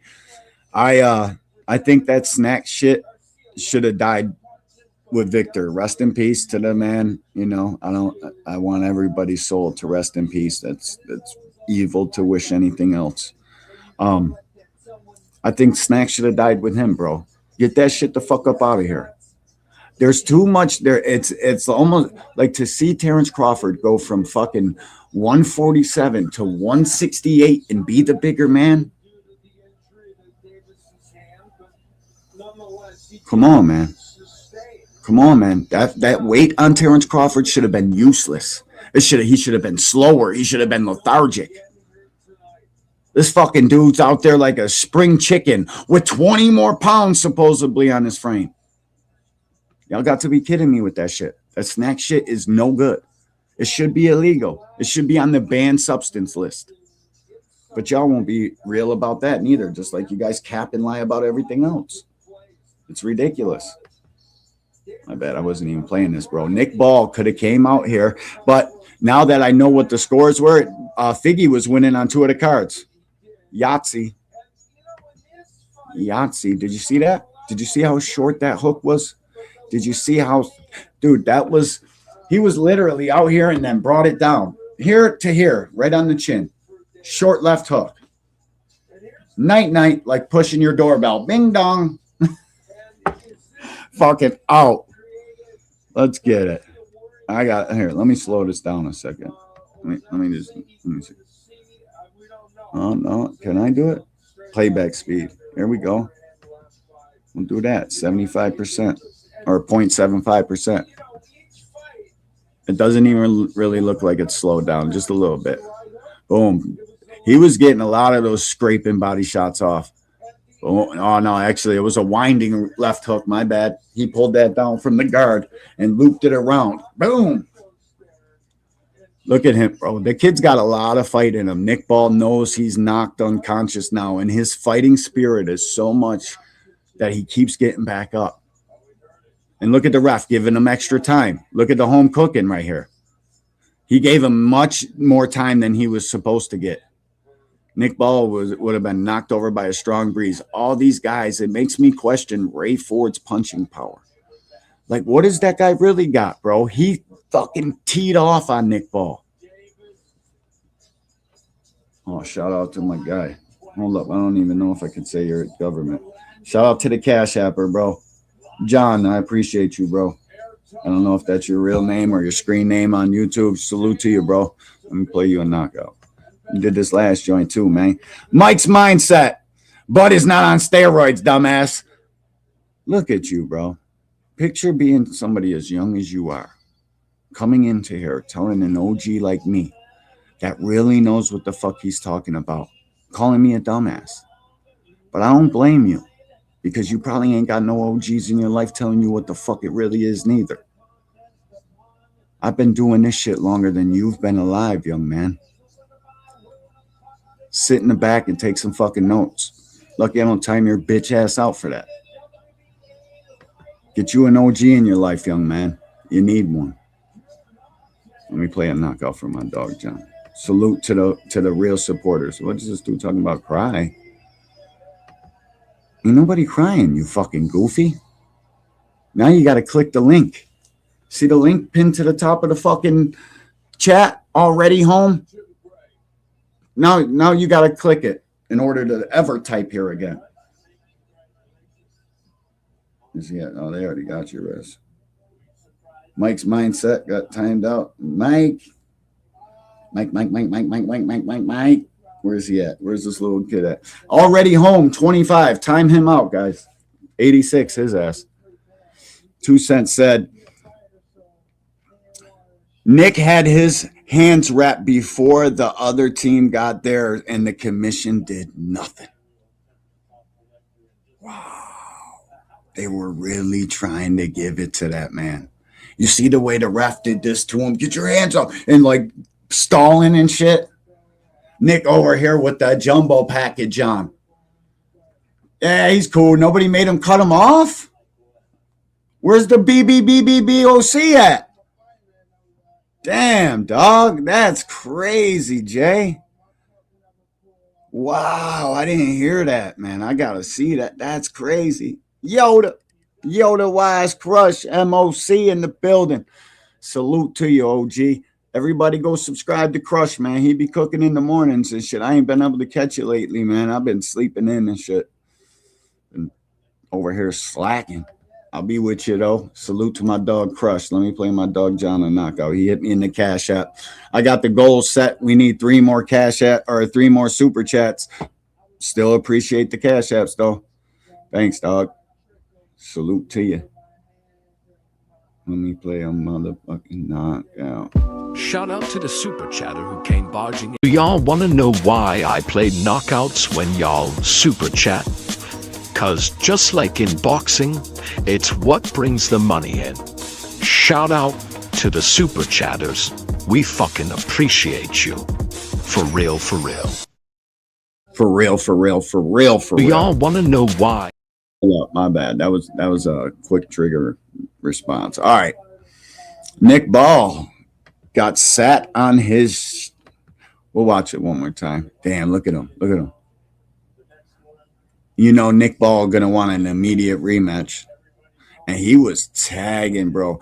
They were fucking, everybody was booing and shit, and they should have been, bro. But they were acting like they were celebrating excessively. How the fuck would you be celebrating if you just knocked somebody out in the UK that everybody, you said you were going over there to get fucking robbed and everything else?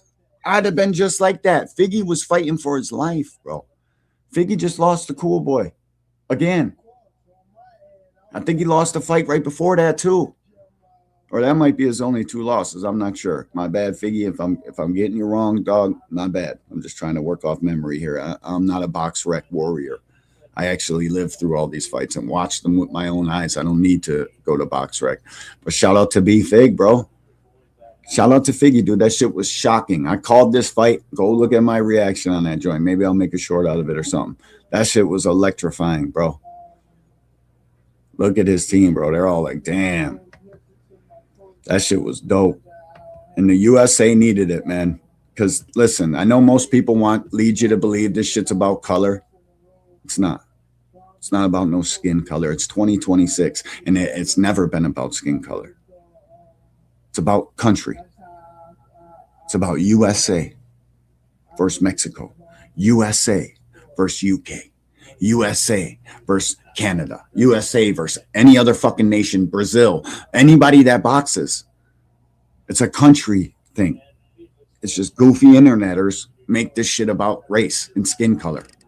It's fucking corny. We shouldn't be doing that in 2026. We should have never been doing it to begin with. But, you know, I get it. I understand. I just wish it wasn't like that. All right, man. I need to dust off my Cash App. No, fuck that. Help me and give me in a super chat. You already got me, though. Salute. Anybody super chat it so we can get goals, man. I hate setting that goal and not reaching it, but I'll buy them myself if I have to. We're going to pull up this joint. This joint, we got 1 week to this fight. This going to be, listen, I think Ryan Garcia, I've heard now that he's linked to about 5 other fights. The one fight is against a dude from where is he from? India or some shit like that. He's like one of their champions, and Ryan's already signed to fight him. Let me see on Twitter. I can get it quick. No, oh shit. Let me get it. Who is he signed to fight? I'll go to my dog Danny on Twitter. Shout out to Dan the Boxing Man on Twitter. Go give him a follow. Fucking real one. Shout out to Danny, man. I think, and I commented on this shit too. I was like, bro, the boxing gods don't look kind on that. They don't take kindly to that. Fucking signing fights while you got a test straight on your plate. You have a fucking test like Mario Barrios, and we're not quite sure that Ryan Garcia is better than some Mario Barrios. I know all you guys want to fucking act like Mario Barrios is dog shit now. And the facts of the matter are he's not. He's one of the best fucking fighters in the game today. He might not be up there with the special top 5 or top 6 that you guys want to fucking act are on this level that nobody else can touch and Mexican flat foot boxers can't fuck with. That's just not true. Mario Barrios is a guy, bro. I know you can't I know you don't want to give the credit where it's due. That's okay, though. That's okay. Mario Barrios will take the credit. He's going to earn it. Let me get this fucking tweet. I got to know this dude's name, bro. Wait a minute. I'll just go to my shit. I responded to it. Shout out to the 83 people that fucking really rock with me because I had about 1,000 followers on Twitter before they timed my page out for good. And that's the one good thing about restarting a Twitter page. You know who really rocks with you or not. And that's cool. I'd rather most of the people not rock with me. So just stay your punk ass hating ass over there. It's all good. Oh, here it is. No, it was Brunch Boxing. Shout out to Matt, bro. Shout out to Brunch Boxing. Everybody go subscribe. They got a YouTube channel. They're doing their thing, man. And Matt Brunch is a credible boxing source. A lot of you haters that had PBC hate, you fucking think not. You think wrong. He says a huge bout between Ryan Garcia and Prince Patel. is reportedly being set up for India. Sources tell Brunch Boxing that both fighters have accepted. Who the fuck is Prince Patel? Have you guys ever seen Prince Patel? Because I haven't. Well, yeah, maybe I have. I didn't think he was that good of a fighter, so I didn't give a fuck. But Ryan, the boxing gods don't take fucking kindly to you setting up fights while you got a guaranteed, even if you beat him, Barrios is going to test your will. Barrios is going to give you everything you're looking for. Barrios got crack in those fucking gloves. Another thing they conveniently leave out about Barrios. He's punching. Tank been in there with punchers. Garcia, Rolly. I'm watching Rolly get knocked out right now. Barrios. All these guys got heavy crack, bro. Why the fuck would Tank Davis be worried about getting in a boxing match with your bitch-ass favorite fighter? For what? There's nothing to be afraid of. You guys got this shit fucked up. Ryan, you better not be fucking looking past Mario Barrios. He'll dog walk you if you are. But I think Ryan's focused. The internet wants to believe other things. You know how this shit goes, guys. You know, Ryan got a chance to fucking. If Ryan wins this fight, you Shakur Stevenson guys should be worried about his validation as the face of boxing because Ryan's way more popular. He gets that green WBC strap that you guys love so much and act like it means something. Where does that put Ryan now? Huh? Y'all know. Y'all know. You better hope this kid don't win that fucking fight. And why is Devin Haney doing anything with anybody else other than Ryan Garcia? Why is Devin Haney not on the internet right now? Listen to me. Jab Queen reiterated this last night on her show. I'm not that kind of person, bro. You could never cheat me and get away with it. I'm coming back to beat the fucking dog shit out of you. And that's my only mission in life until that takes place. There is nothing else. I don't give a fuck. The only thing that Devin Haney should be worried about, Ryan Garcia. That's it. You guys know that. You guys know that, though. But you make up. It's like this. Your favorite fighter infatuation is getting so fucking weird in boxing. We can't be honest. We can't hold these guys accountable. We can't criticize our favorites. Fuck all that. I do all of that to every single fighter right down the list. David, hold him accountable. Tank, Boots, all of them. Boots is the only one that I haven't really had to hold to the fire yet because nobody wants to fight the guy. I know why he ain't getting the fights. I know exactly why Jaron Ennis isn't getting the fights. Because the rest of boxing looks at a young demon like that. Don't never get in trouble. Don't never have nothing. You ain't never seen him out here smoking weed. You ain't never seen him drinking. None of that. Nobody's ever seen Jaron Boots Ennis in a questionable moment. Everybody in boxing knows exactly what kind of guy that is and what kind of fight you're about to get into if you choose to fight him. That's why they won't fight him. Their fucking livers, kidneys, rib cages, fucking head, everything gonna need some recovery time after that. So you got to take your investment and set it back a couple months and wait for it to heal just to see that it's fucking probably broken now because it took such a bad ass whipping in that fucking Boots fight that it's pretty much killing your investment.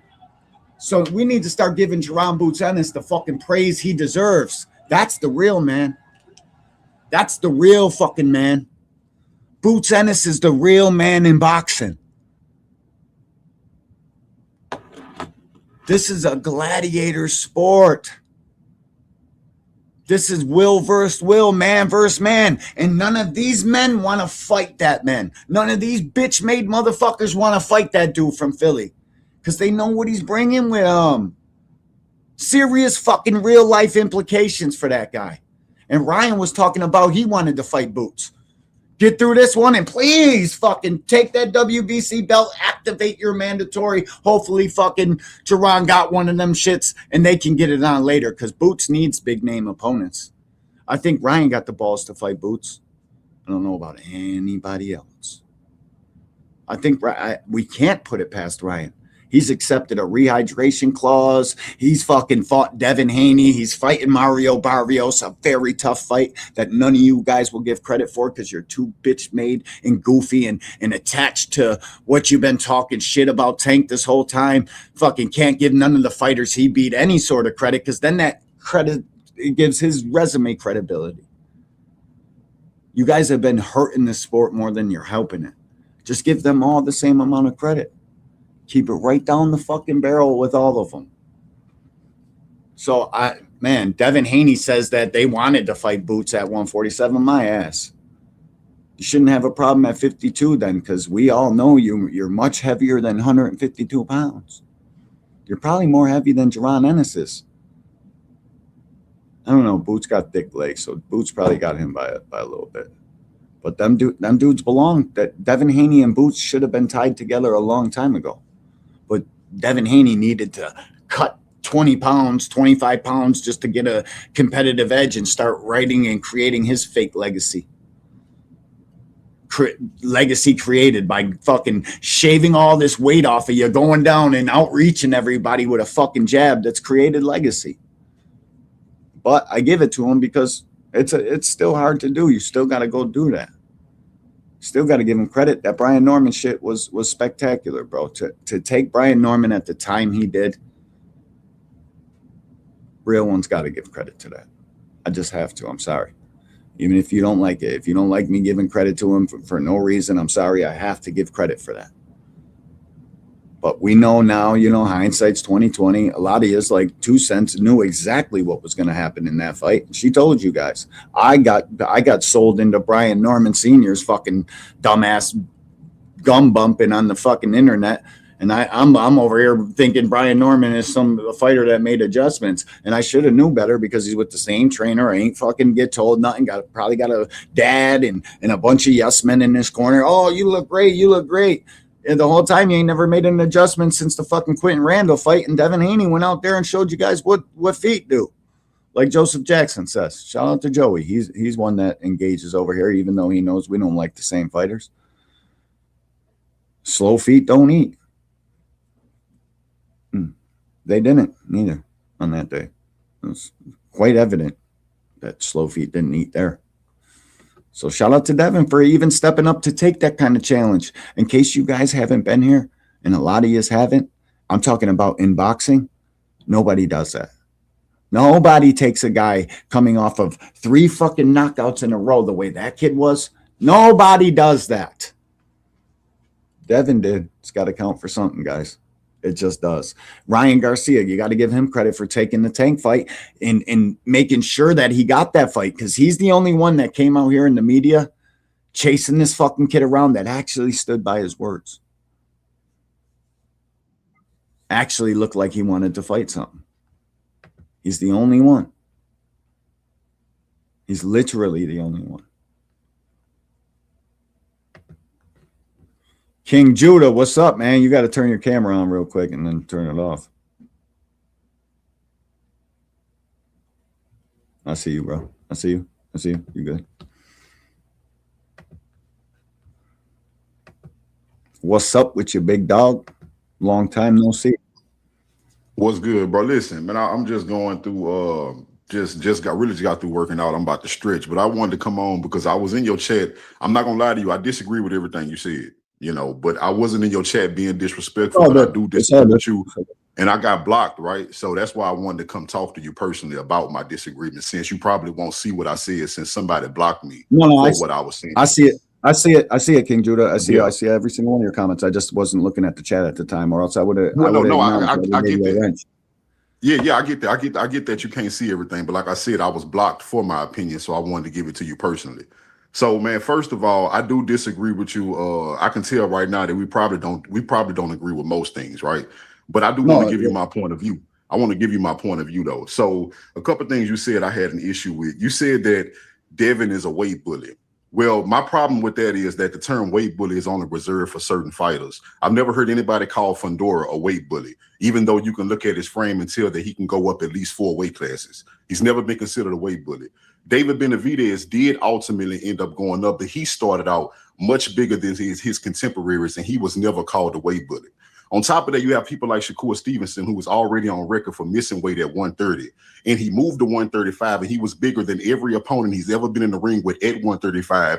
Then he also just moved up to 140, where he was bigger than Teofimo Lopez, yet he has never been called a weight bully. That's the issue I have with people saying that Devin is bigger than the weight he's competing at. There are plenty of fighters that are bigger than the weight they are competing at, but the term weight bully is reserved for people like Devin Haney. I 100% get your point there, and Shakur should be held to the same fucking fire that Devin Haney has. I don't know why. I think it's probably more because of Bill and the way they go about this shit called boxing, and you know they're out here talking shit, so people fucking naturally, talk shit back to the shit talk. This is boxing, right, man, and I agree with you 100% on the Shakur shit. But go ahead, bro. What, right. And see, that's all I like is the truth. You see what I'm saying, bro? You didn't have to. I haven't changed your mind about Devin Haney. I haven't made you like him more or less. But I just like the fact that you can admit the truth in what I just said. I respect it. Because right now, what you have is a lot of people. You have a lot of people that would throw that on Devin Haney, and they only leave it on Devin Haney as if he's the only guy that's bigger than the weight that he's fighting at. But you also made the point that Devin was willing to go to 147 and fight a true 147 pounder. He did that. He fought a guy that was bigger than him, a guy that had more power than him, and he didn't run from him. He actually stood in front of him and put him down. But you still have people saying that, well, he's pillow-fisted, he's scary, and he's a weight bully, which is crazy to me, given the fact that what I just told you about multiple fighters who've done the same thing. You have Terrence Crawford, who most people believe is the best pound-for-pound fighter before he retired. Everybody sings the praises of Terrence Crawford when his own trainer told you that when Terrence Crawford first came into boxing, he was supposed to be fighting 3 weight classes above where they started, and told you that in every single weight class, Terrence Crawford has always been bigger than his contemporaries. This is why every time Terrence Crawford moves up, he's actually bigger than the opponents that you thought were bigger than him. No different than Shakur Stevenson. When Terrence Crawford moved to 147, when most people thought he was smaller than everybody, Terrence Crawford was the biggest fighter every time he stepped in the ring. Every single time. When he moved up to fight, now only Madrimov, I would say Madrimov was actually bigger than him. But when he moved up to fight Canelo, he was bigger than Canelo. He was, bro. I was shocked. He was shocked. Bigger than Errol Spence. He was bigger than Errol Spence at 147. My point to you is, I'm not, and mind you, I've never called Terrence Crawford a weight bully, right? Because Terrence Crawford isn't the only guy I've seen do that. So I'm not a hypocrite like most people are to Devin Haney. I'm not going to just say Terrence Crawford is a weight bully. What I'm saying is, I see that it is natural and it is common for fighters to fight at a lower weight class than they should be at. And my point is, if you're going to call one a weight bully, then they all should be called weight bullies. And I am 100% in agreement with every fucking thing you just said. All of these guys are cutting too much fucking weight, and to be honest with you, we're probably missing out on their best versions of themselves. So it's kind of hurting the sport. The entire fucking guys start to do that because other guys are doing it. And then you stay around at the weight class too long, trying to chase these fucking titles that are giving out one title shot per fucking year. It just becomes a mess, man. And boxing suffers from it. We don't get the shows we're supposed to get. We don't get the fights we're supposed to get because these guys are in the fucking ring half dead because they spent it all in the gym.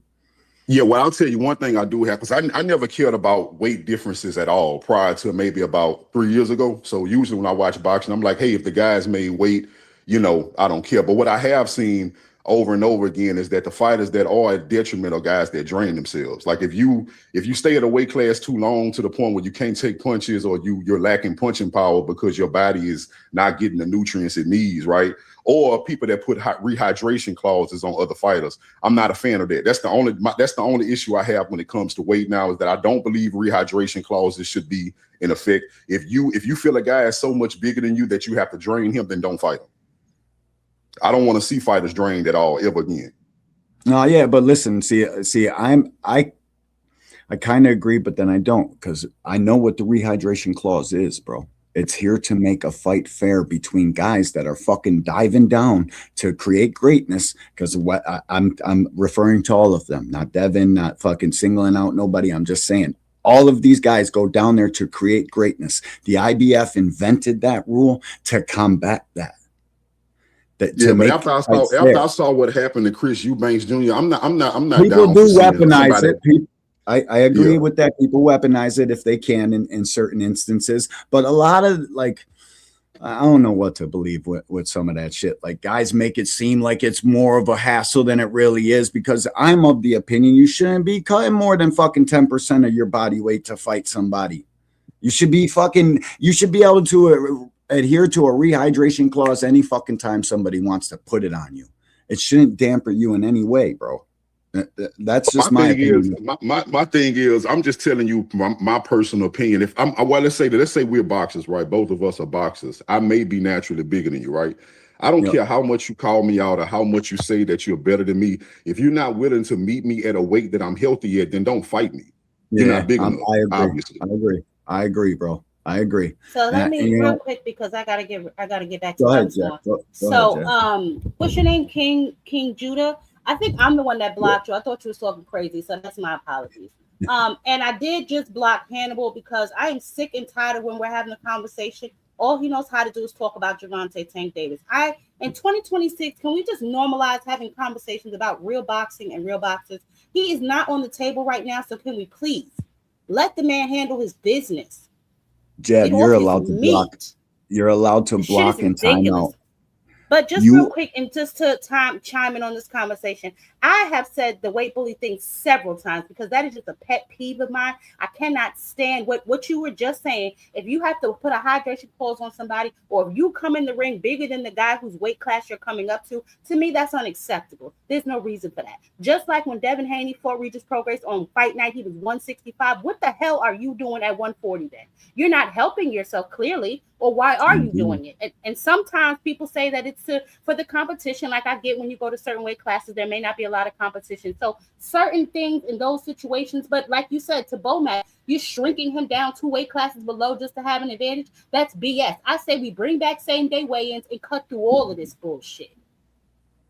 Yeah, but okay, and I agree with you. The only issue I have with that, the reason why you will never hear me just being real adamant about calling people weight bullies and criticizing them for being naturally big is that I think this is a very natural process in a lot of people that come out of the amateurs. These boxers, especially when they're young, a lot of these guys start boxing when they're boxing before they're even teenagers, right? So they understand, especially at their age with their metabolism, they can shrink down dramatically, right? And by the time they're adults, they still have this unique ability to do this where most of us can't. Think about it. When I'm 18 or 19 or 20, I don't have the ability to shrink the way Devin could because he's been boxing for so long, right? And I say that to say this. A lot of these guys they choose to enter multiple weight classes of below where they should be. And I think they do this because the shift of saying that, hey, we were in the amateurs with headgear, we were fighting in different rules. A lot of these guys, like it or not, they're still human. So they're like, listen, they don't know what the pros have to offer them. They know that the pros, they're going to have hard hitters, the best fighters they ever face. So they say, hey,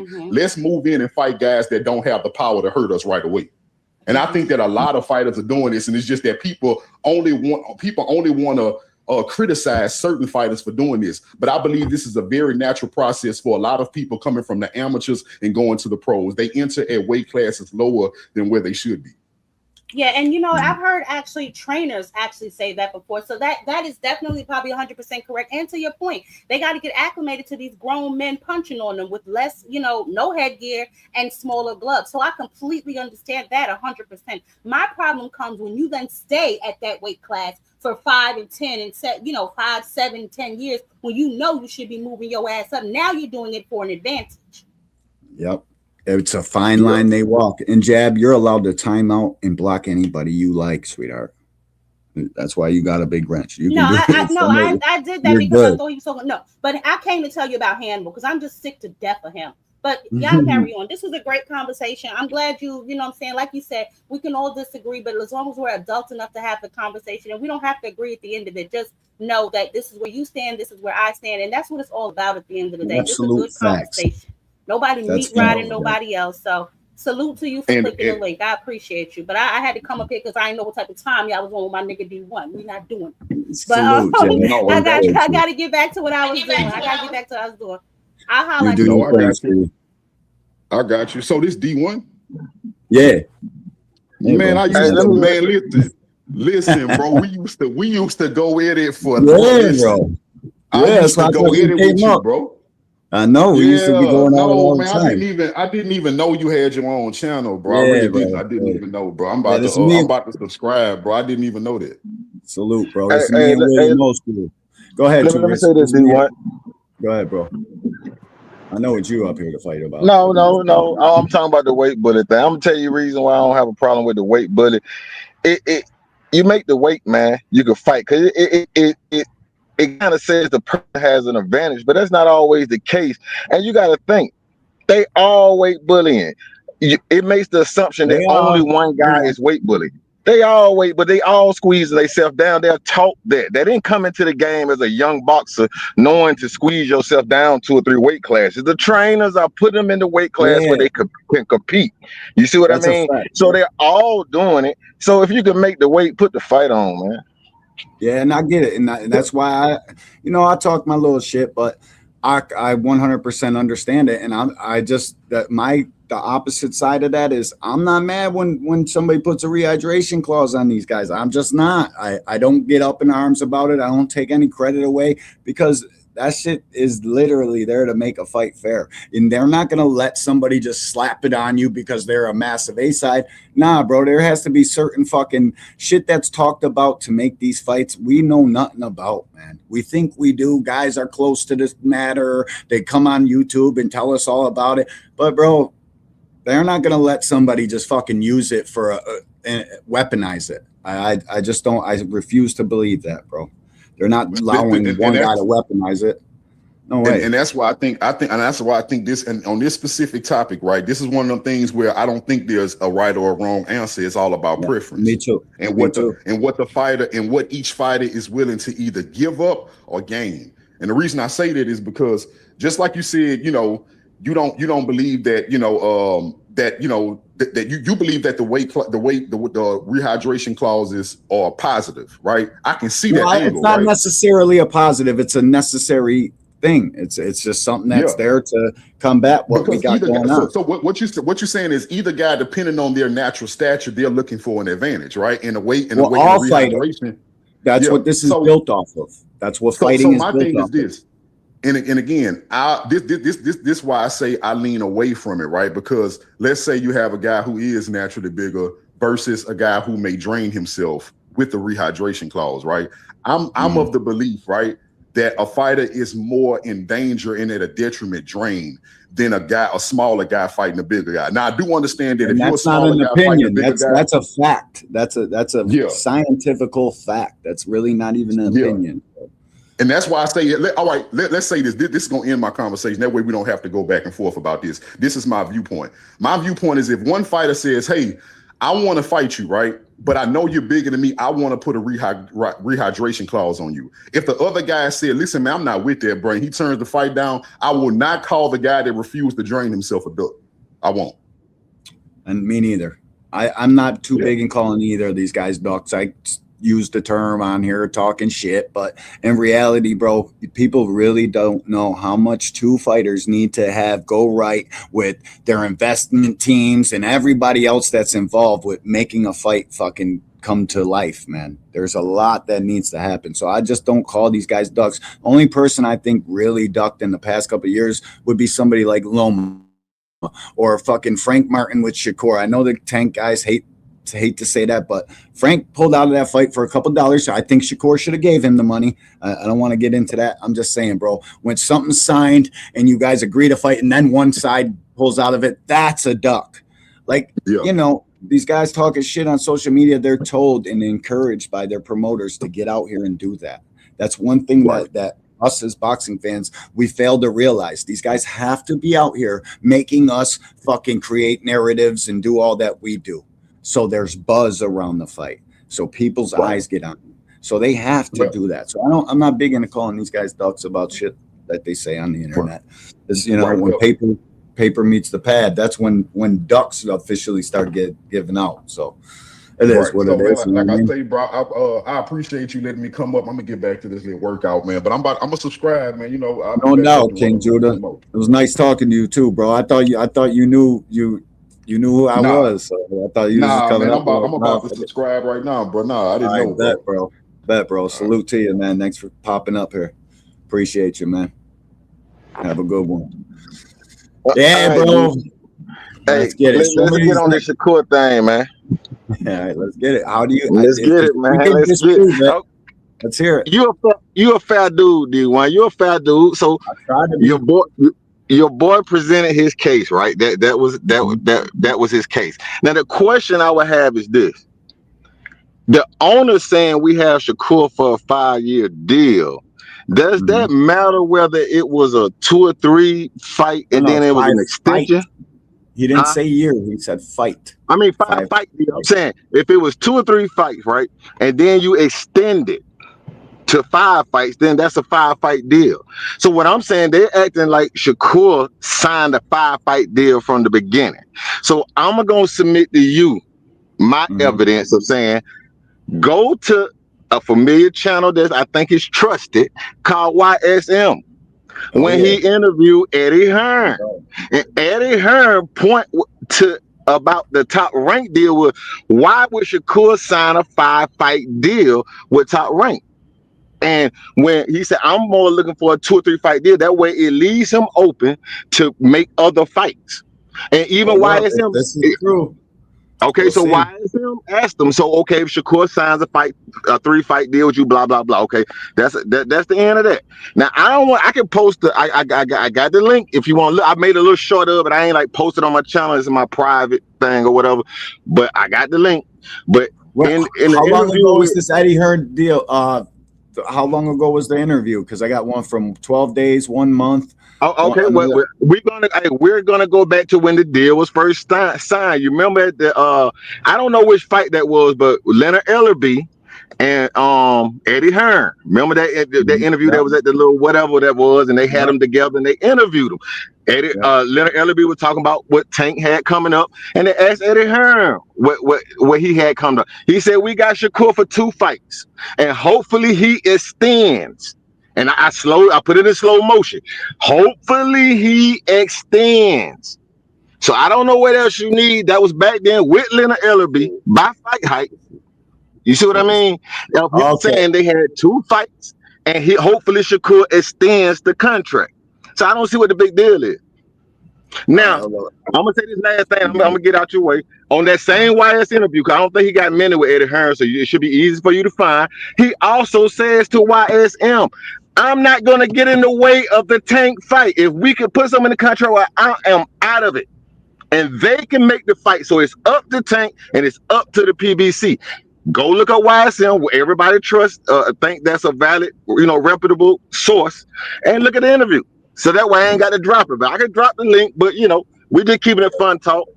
Hold up, maybe so check that out. I know you fell. I know you fell. So check that out. Okay, but I'm gonna get out of here. I want to know the truth. Super Bowl. All right, bro. I'm fair as it comes, bro. I want to know the truth, man. Because if he had a 5-fight deal, which that's where my thoughts are right now. I heard Eddie say that shit before. I heard him say something about the 5-fight, and maybe I was thinking about the interview you're talking about. This is the one I pulled up, but this is from Teofimo Breakdown. I don't know if this is it. So you're talking about the one that was from the Zepeda joint, right? No, it was before. Hey, I tell you what, I'm gonna get out of here, but I'm gonna drop the links in the chat. All right, bet, bro. Salute to you, man. Appreciate you too, Rich. Damn, I thought King Judah knew it was me. I thought he was coming up to get, man, that was a good conversation, bro. And I'm not out to fucking tell everybody that only our way of thinking, the fucking so-called Tank channels and whatever the fuck else you guys want to refer to us as, which is complete cap. I'm not saying that that's fucking it, but that's where it's laying right now. If you can bring other evidence to me that suggests otherwise, I doubt it. I doubt that what Too Rich is saying. I remember it, and I think that's where I heard the 5 fights to begin with. We're going to see. I'm going to watch this right now. I want to know what's the truth, man. I want to know which one of these guys is, in fact, fucking trying to avoid the fight. And, I'm not putting it past either team It's not boxer. This is where you guys get this misconstrued for some reason. Guys have investors and teams and people that fucking say whether or not they can get in a fight. They've invested too much money in these guys. The fighter themselves will fight anybody tomorrow. Well, not all of them. But like it's like Sin says. Shout out to my dog Sin Ironheart. You guys think these guys ain't scared, but they got feelings just like every other human being on the fucking planet. So let's see, bro. I think let me see. I don't know if this is it. Because we talk about the one with Leonard Ellerby. Do you know what I mean? But I can't, unfortunately, people play parts of an interview. Do you know what I mean? They don't play the part where I say this guy is a 3-division world champion. I think he's a modern day great. But I just feel like since the Ryan Garcia fight, his style has changed a little bit. And he doesn't have to. But I also appreciate you getting that. Let me. I think I can search this up. Eddie.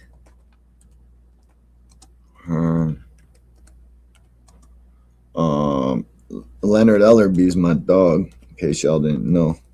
Shout out to Els.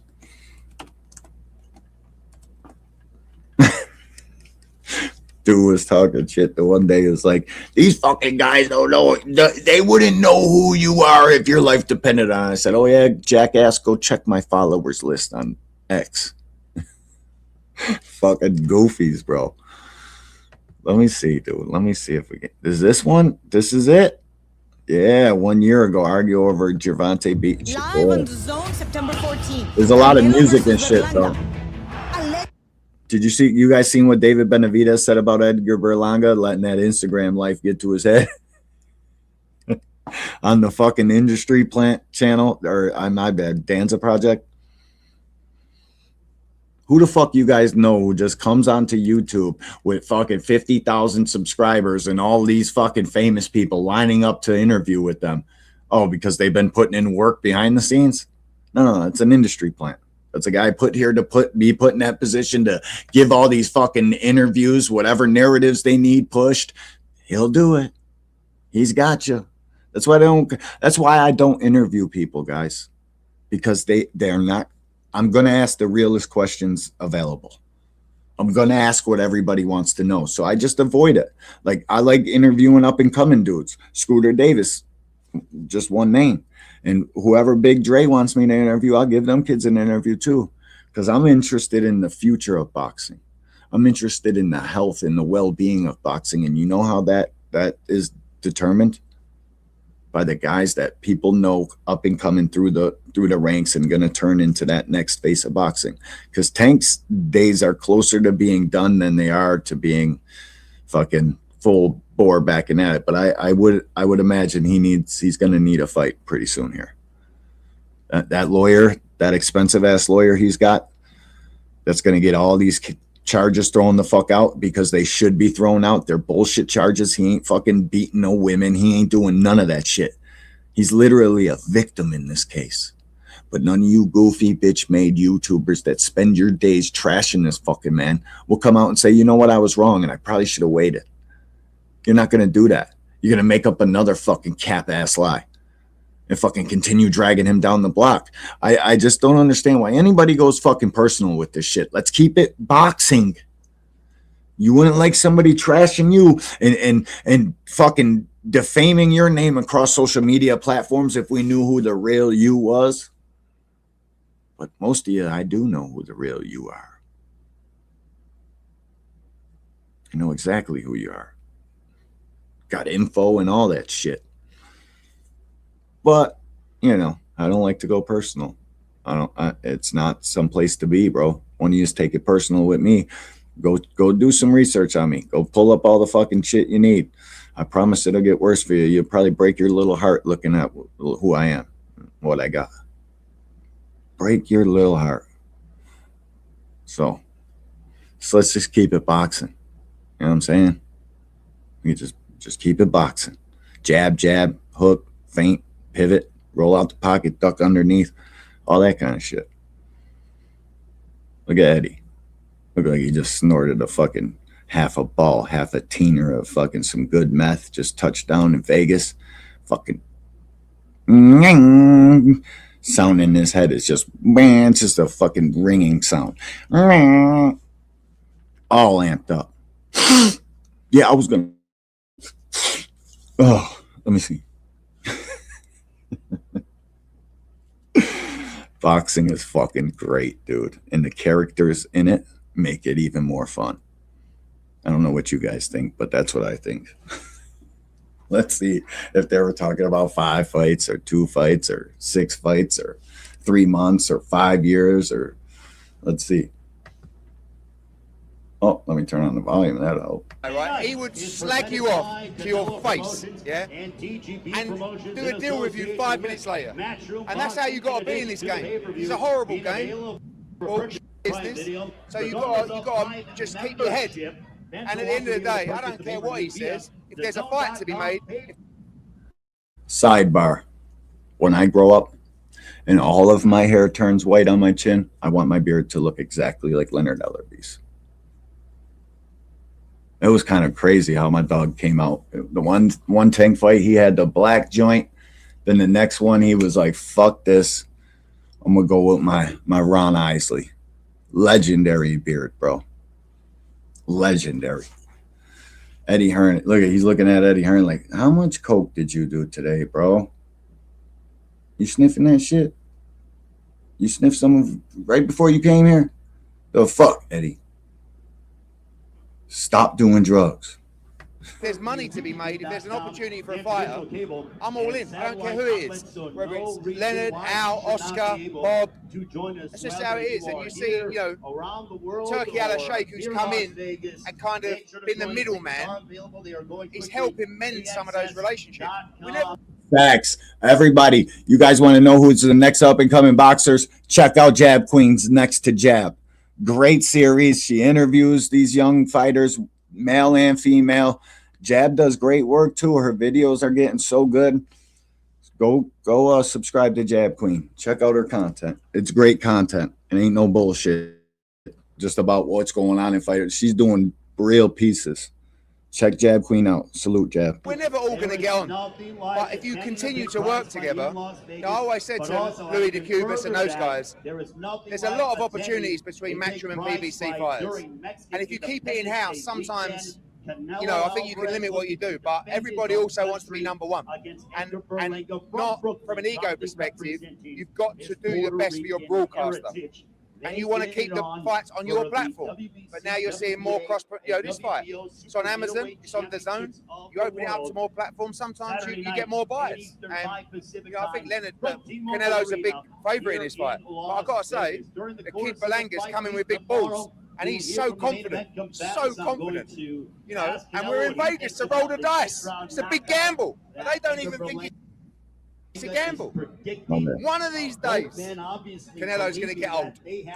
Oh, it won't be Saturday night. On Saturday, then I'm jumping all over you in there on Saturday night. The last third of the fight. So how was the first meeting between you guys? He put one in my back. I was like, he's doing it. Is this the first time you guys had Badu Jack against James DeGale. Yeah. Oh, we've just been meeting. People don't know that, bro. It's just like I said to King Judah, bro. These guys want you to be out here fucking pushing narratives and talking. So they double talk. They contradict themselves. They're fucking lying sometimes. Sometimes they're telling the truth, man. You got to take all what is said with a grain of salt. It's fucking whack, but that's what it is, guys. I know it's coming up. I think I remember word for word, bro. Let's see. I sang for him. You know what I mean? I sang for him. You know, over a decade. Hold up, let me see. He's saying it's never beef. This shit's all just business, bro. And after I seen this interview, I thought there's no fucking way they don't link up and do something. That's what I thought. I was so excited after this fucking interview, bro. I was like, damn, dude, they're there talking to each other. Maybe they'll fucking look past it. But Leonard Ellerby's not a big part of Team Tank Davis like he used to be, guys. Leonard Ellerby left the sport of boxing to try his hand in managing other sports and other fucking athletes. It was a choice. Leonard Ellerbe ain't get removed by nobody or fired by nobody. You're looking at the fucking man that's single-handedly, him and a couple other guys, responsible for the largest fights the sport has ever fucking thought about. Leonard Ellerbe got fucking serious pull in this game. The fucking man, one of the men. He literally is partially responsible for all of this shit. Pacquiao, fucking all the big time Floyd fights. Who you think Floyd's real manager and shit was? CEO of his fucking promotional team. Leonard. Everybody used to call him a towel boy and shit back in the day, not knowing who the fuck he was and is. He literally walked away to try his hand at other fucking sports and other athletes. You don't live forever. Fucking man getting to the end of it and want to see what the fuck he's really capable of. How dare you guys run around the internet slandering this man? He literally is responsible for the biggest fights ever. Ever. It's not debatable. It's just the facts. Beef is beef, and people know what beef is. It's all competition. It's all it is. We think that he's the best at what, you know, and it's like, no, you're not coming to the States and taking over because we got... And hold up, guys. I got 86 likes or 84 likes. I think 86 is the record. Help me get to 87, bro. If y'all don't want to super chat and fucking cash app, because, you know, I get it. Life is expensive. You know what I'm saying? I get that. Just help me get to the like goals. 87 was the 86 or 87 was Friday nights, the most likes I've ever got. So help me out. Check if you fucking been in here for a while and you think you hit it, you might not have. I'd appreciate it. I know that. This, and this. Just competition. That's all it is. Never personal. Never personal. Gentlemen, so obviously you both have fighters that the world will love to see in the ring versus one another. He's hungry. There's rumors of Tank potentially fighting in November. Shakur scheduled to fight Joe Cordina. Are we ever going to see you two get together and make that fight happen? The fight. Thank you, guys. Hell yeah, that's what I'm talking about. Shit jumped right to 89. I appreciate you. Wagwan Dragon. Salute, Brody. What's up with you, Drag? Salute, bro. They're about to get to the good shit. Two riches get like, damn, why he keep stopping it? Motherfucking Eddie Hearn about to free Shakur's 5-fight deal right now. We about to see, though. We about to see. That everybody wants to see. Tank will be back before the end of the year. We're looking at a couple guys right now, but he'll be back before the end of the year. As it relates to the Shakur Stevenson fight, Tank wants him. Tank wants him. But it's all about the timing of everything. All about the timing. I feel that we've got a 2-fight plan with Shakur. Hopefully it extends Joe Cordina. 2-fight plan. Plan, bro. That's a plan. He said, hopefully the plan extends to Joe Cordina. I'm going to rewind it. It ain't that. It's words matter here.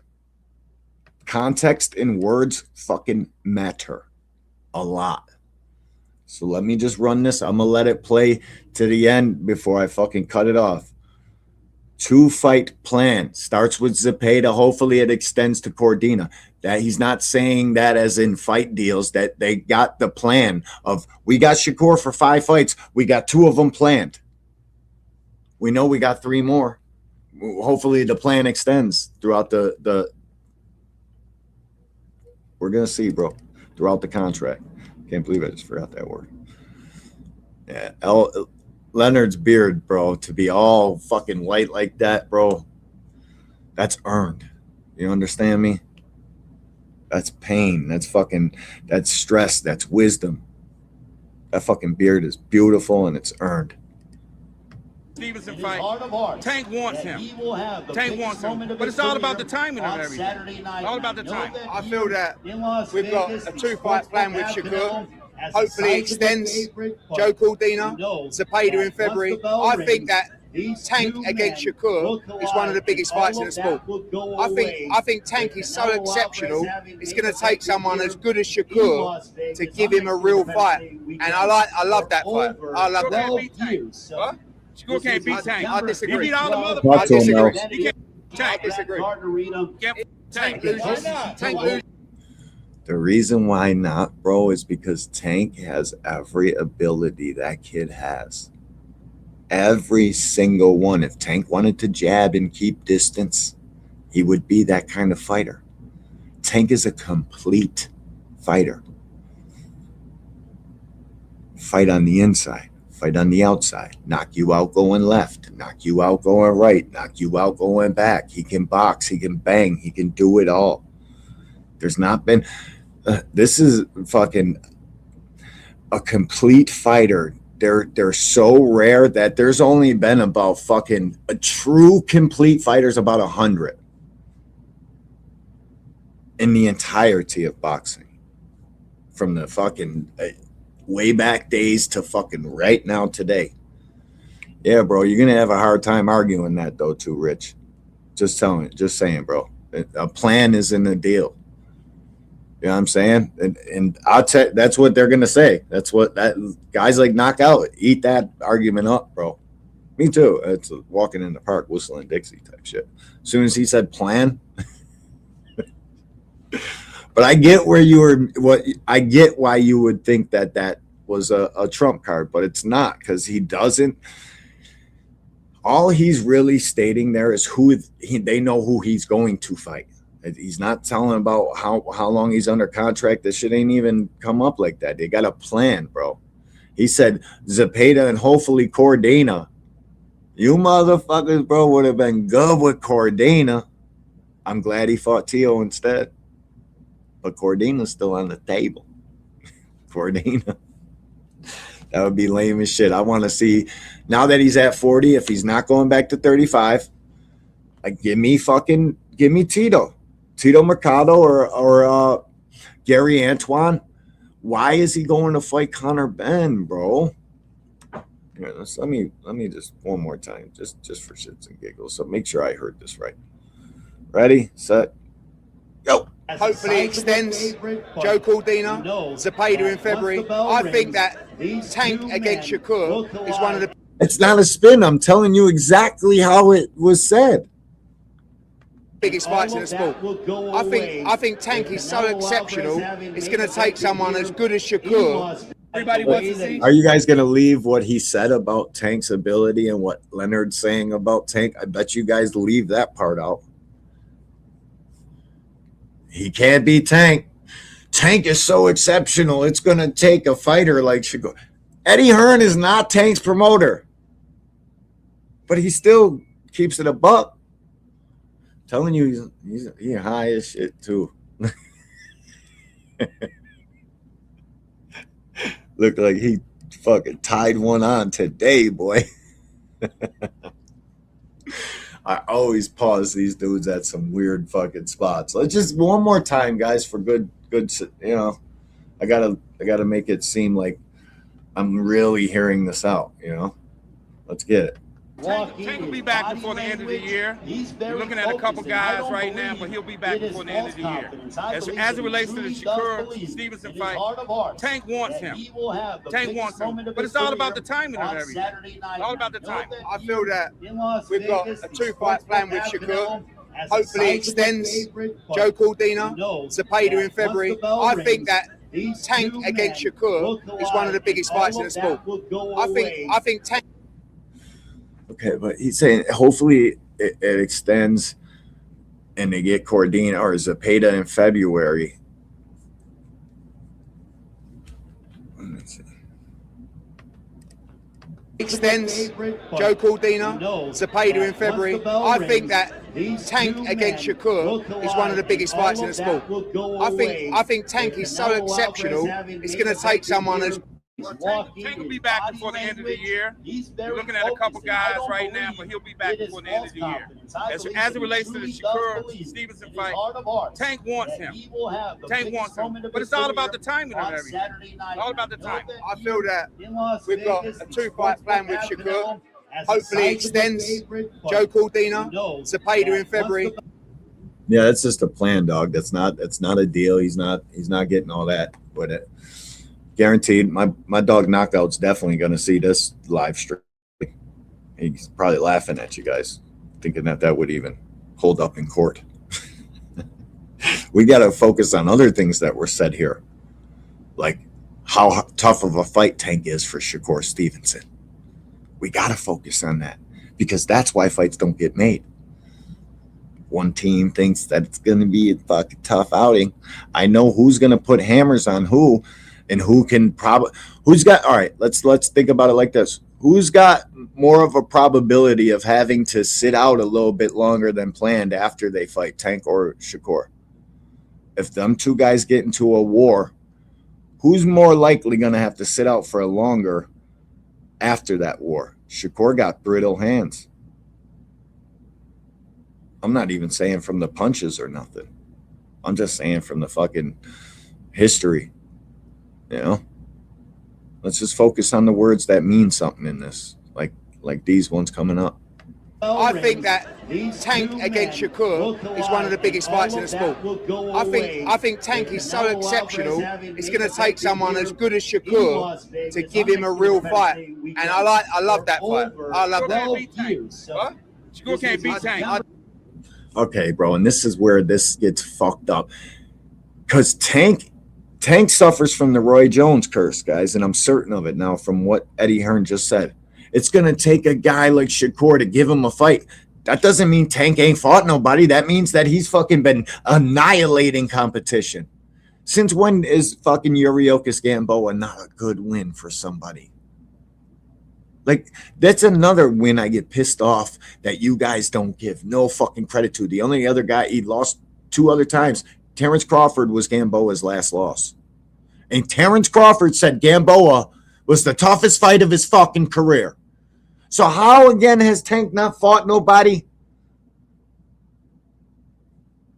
I'm lost. I'm confused. Because every other fucking guy that's ever laced up the gloves and thrown punches has gotten credit for a guy like Gamboa.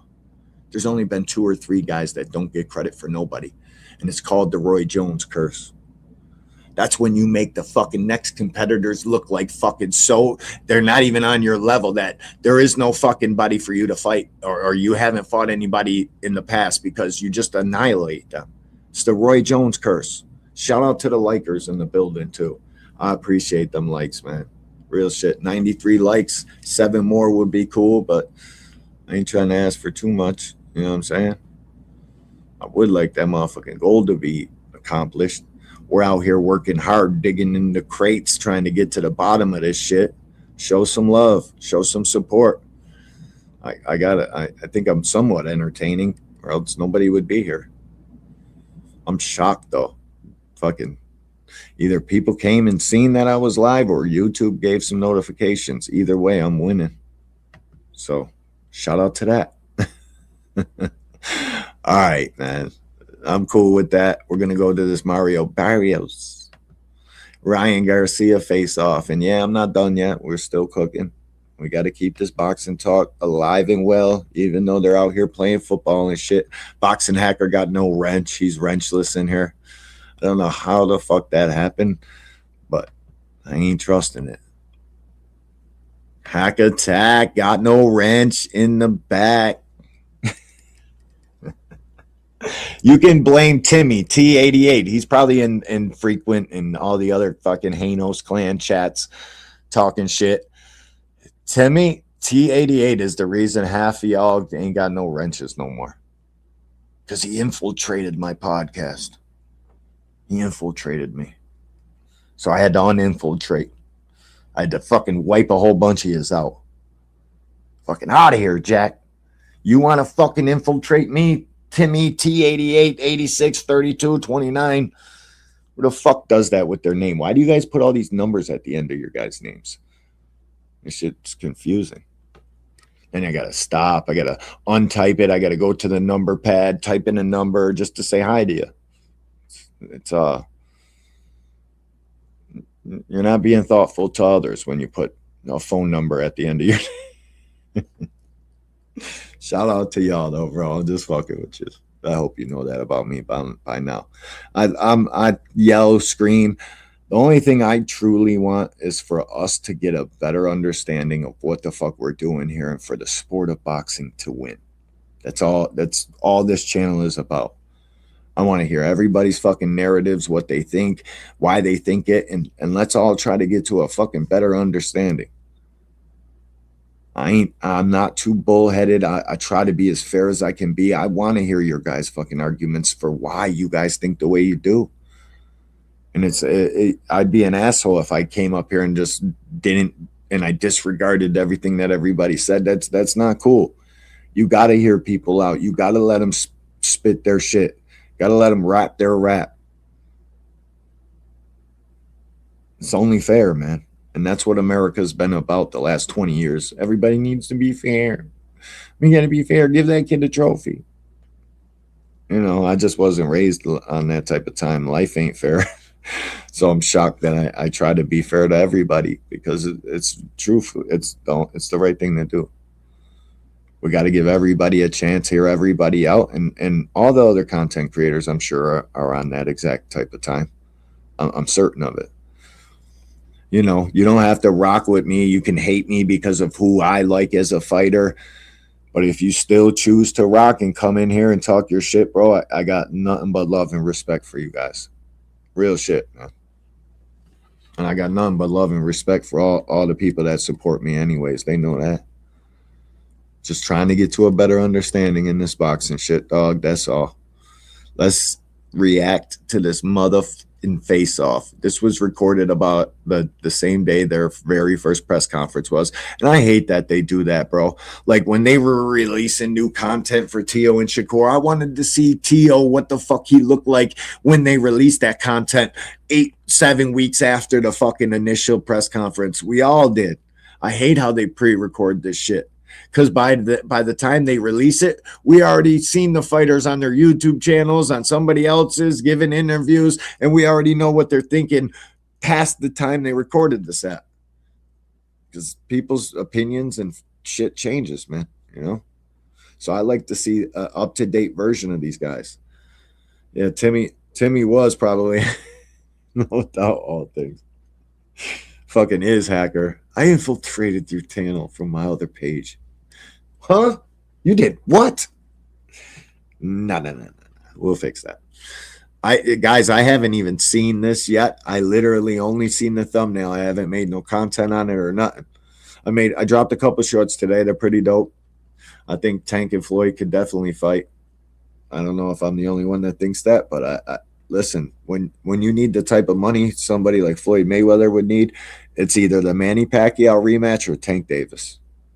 That's the only two guys that's going to get you to where you got to get to. You know what I'm saying, though? Floyd's money problems aren't like you or I's money problems. His money problems is a whole different tax bracket.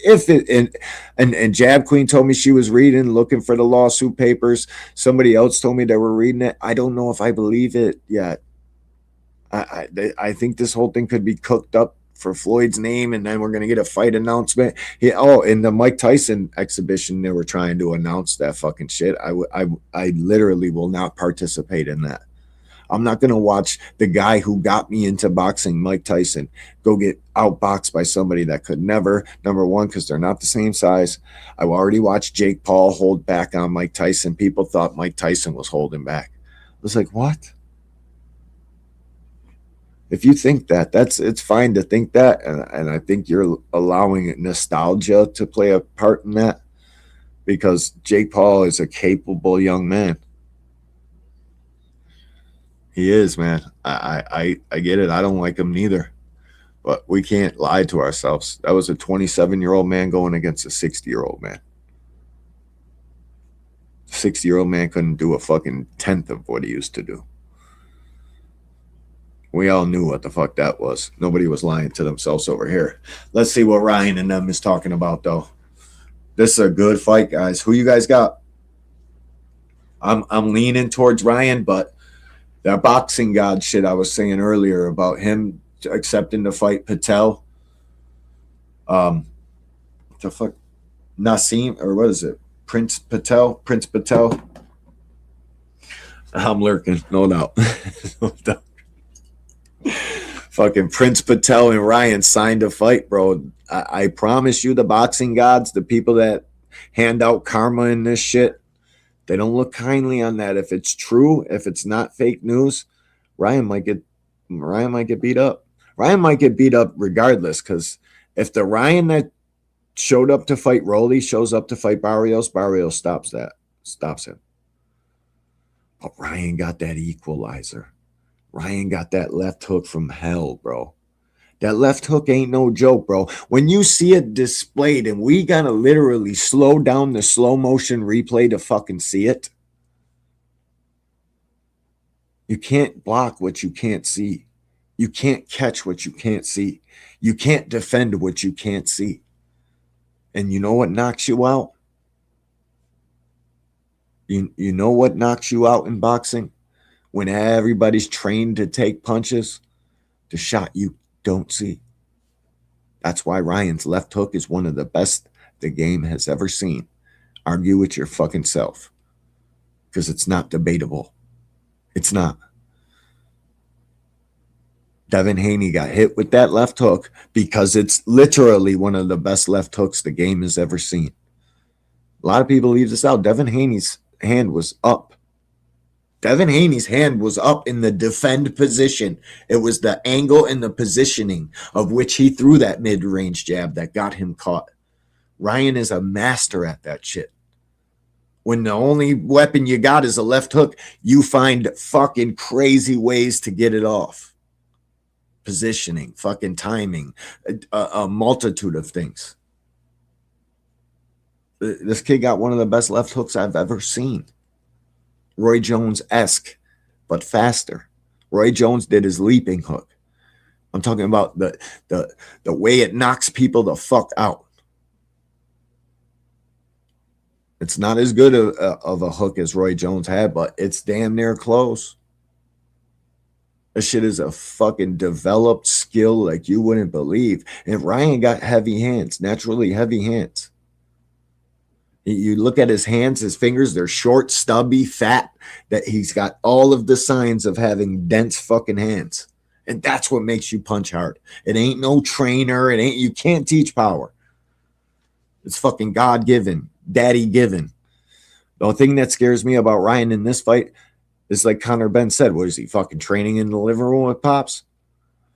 And I think Ryan did that because he don't really listen to none of these other guys. Yeah, they were his trainer and they trained him, but Ryan has a tough time with authority, man. He wants to do shit his way. He thinks he's the golden child. He thinks he's the fucking man. Left hook from hell. It is, Creo. That shit's a fucking demon, bro. Boxing hacker hush. What is he talking about? I didn't even read his comments. 2 cents. The Warlock is insane, Dragon. Terrence Crawford with Gamboa with first loss, not last loss. No, that was the loss that he had in between the Tank fight. Gamboa, the loss he took before the Tank fight was Crawford. You're wrong. Once again, I'm waiting for the time to look at something Boxing Hacker said or listen to something this kid said and to say, damn, he's right. We're all waiting for that moment.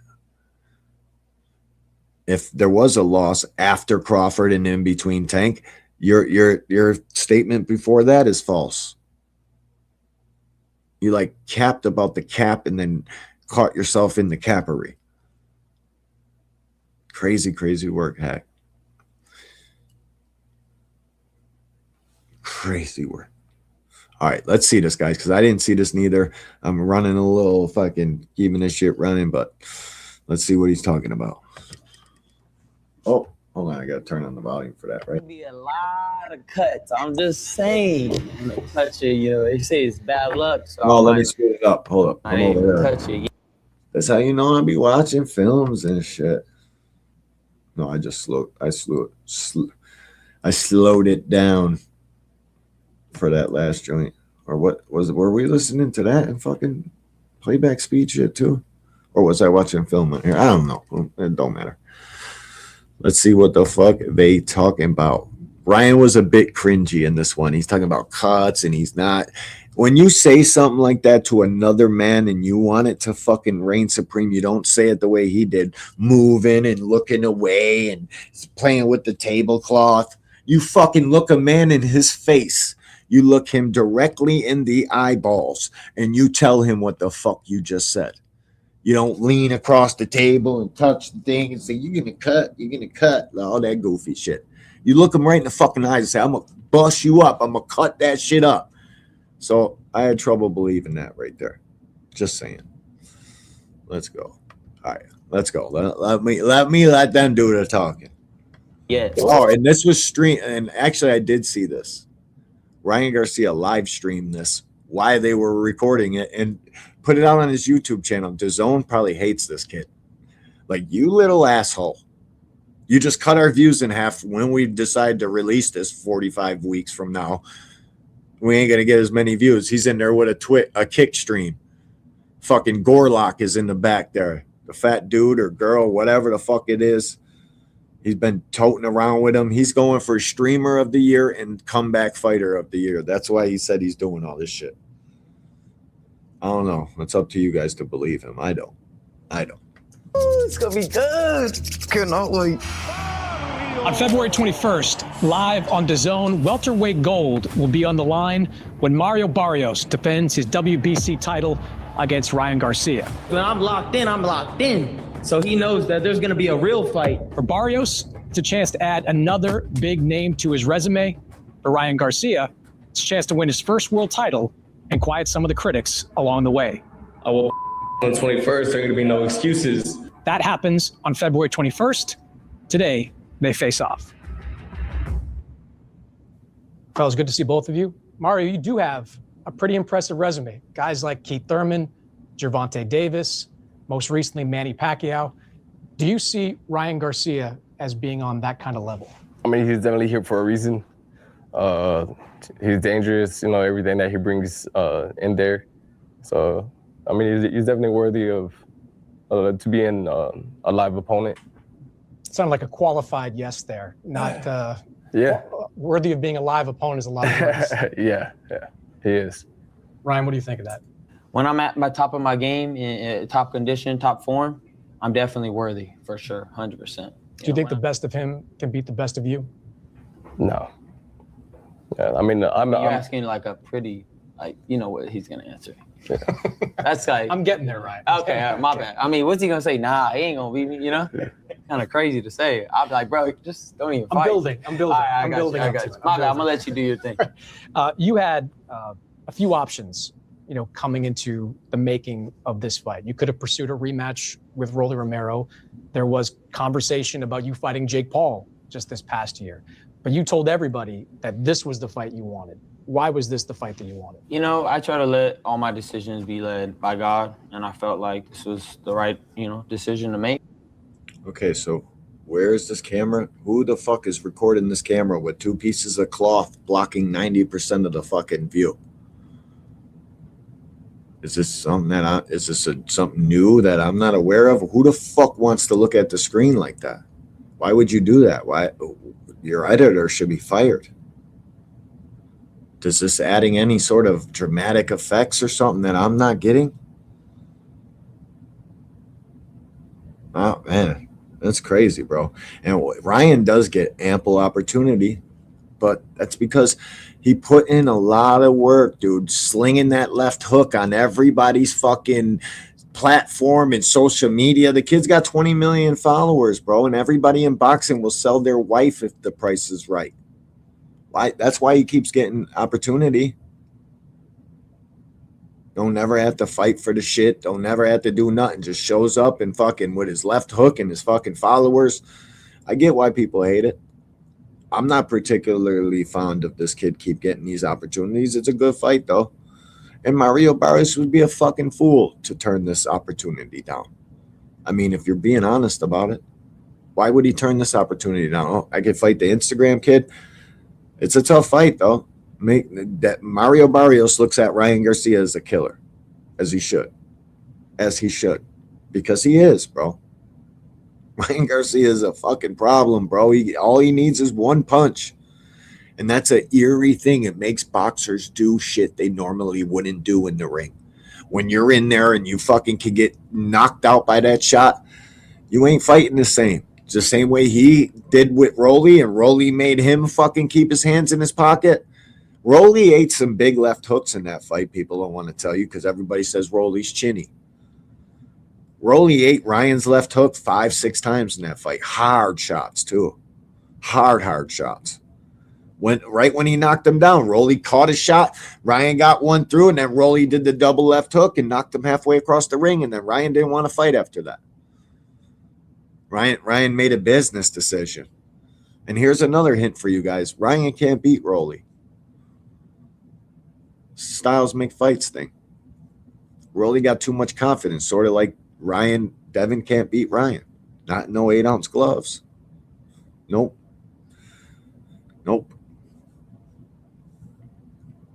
He just can't, bro. You guys think Ryan can't box. Ryan's a fucking 12-time national amateur champion.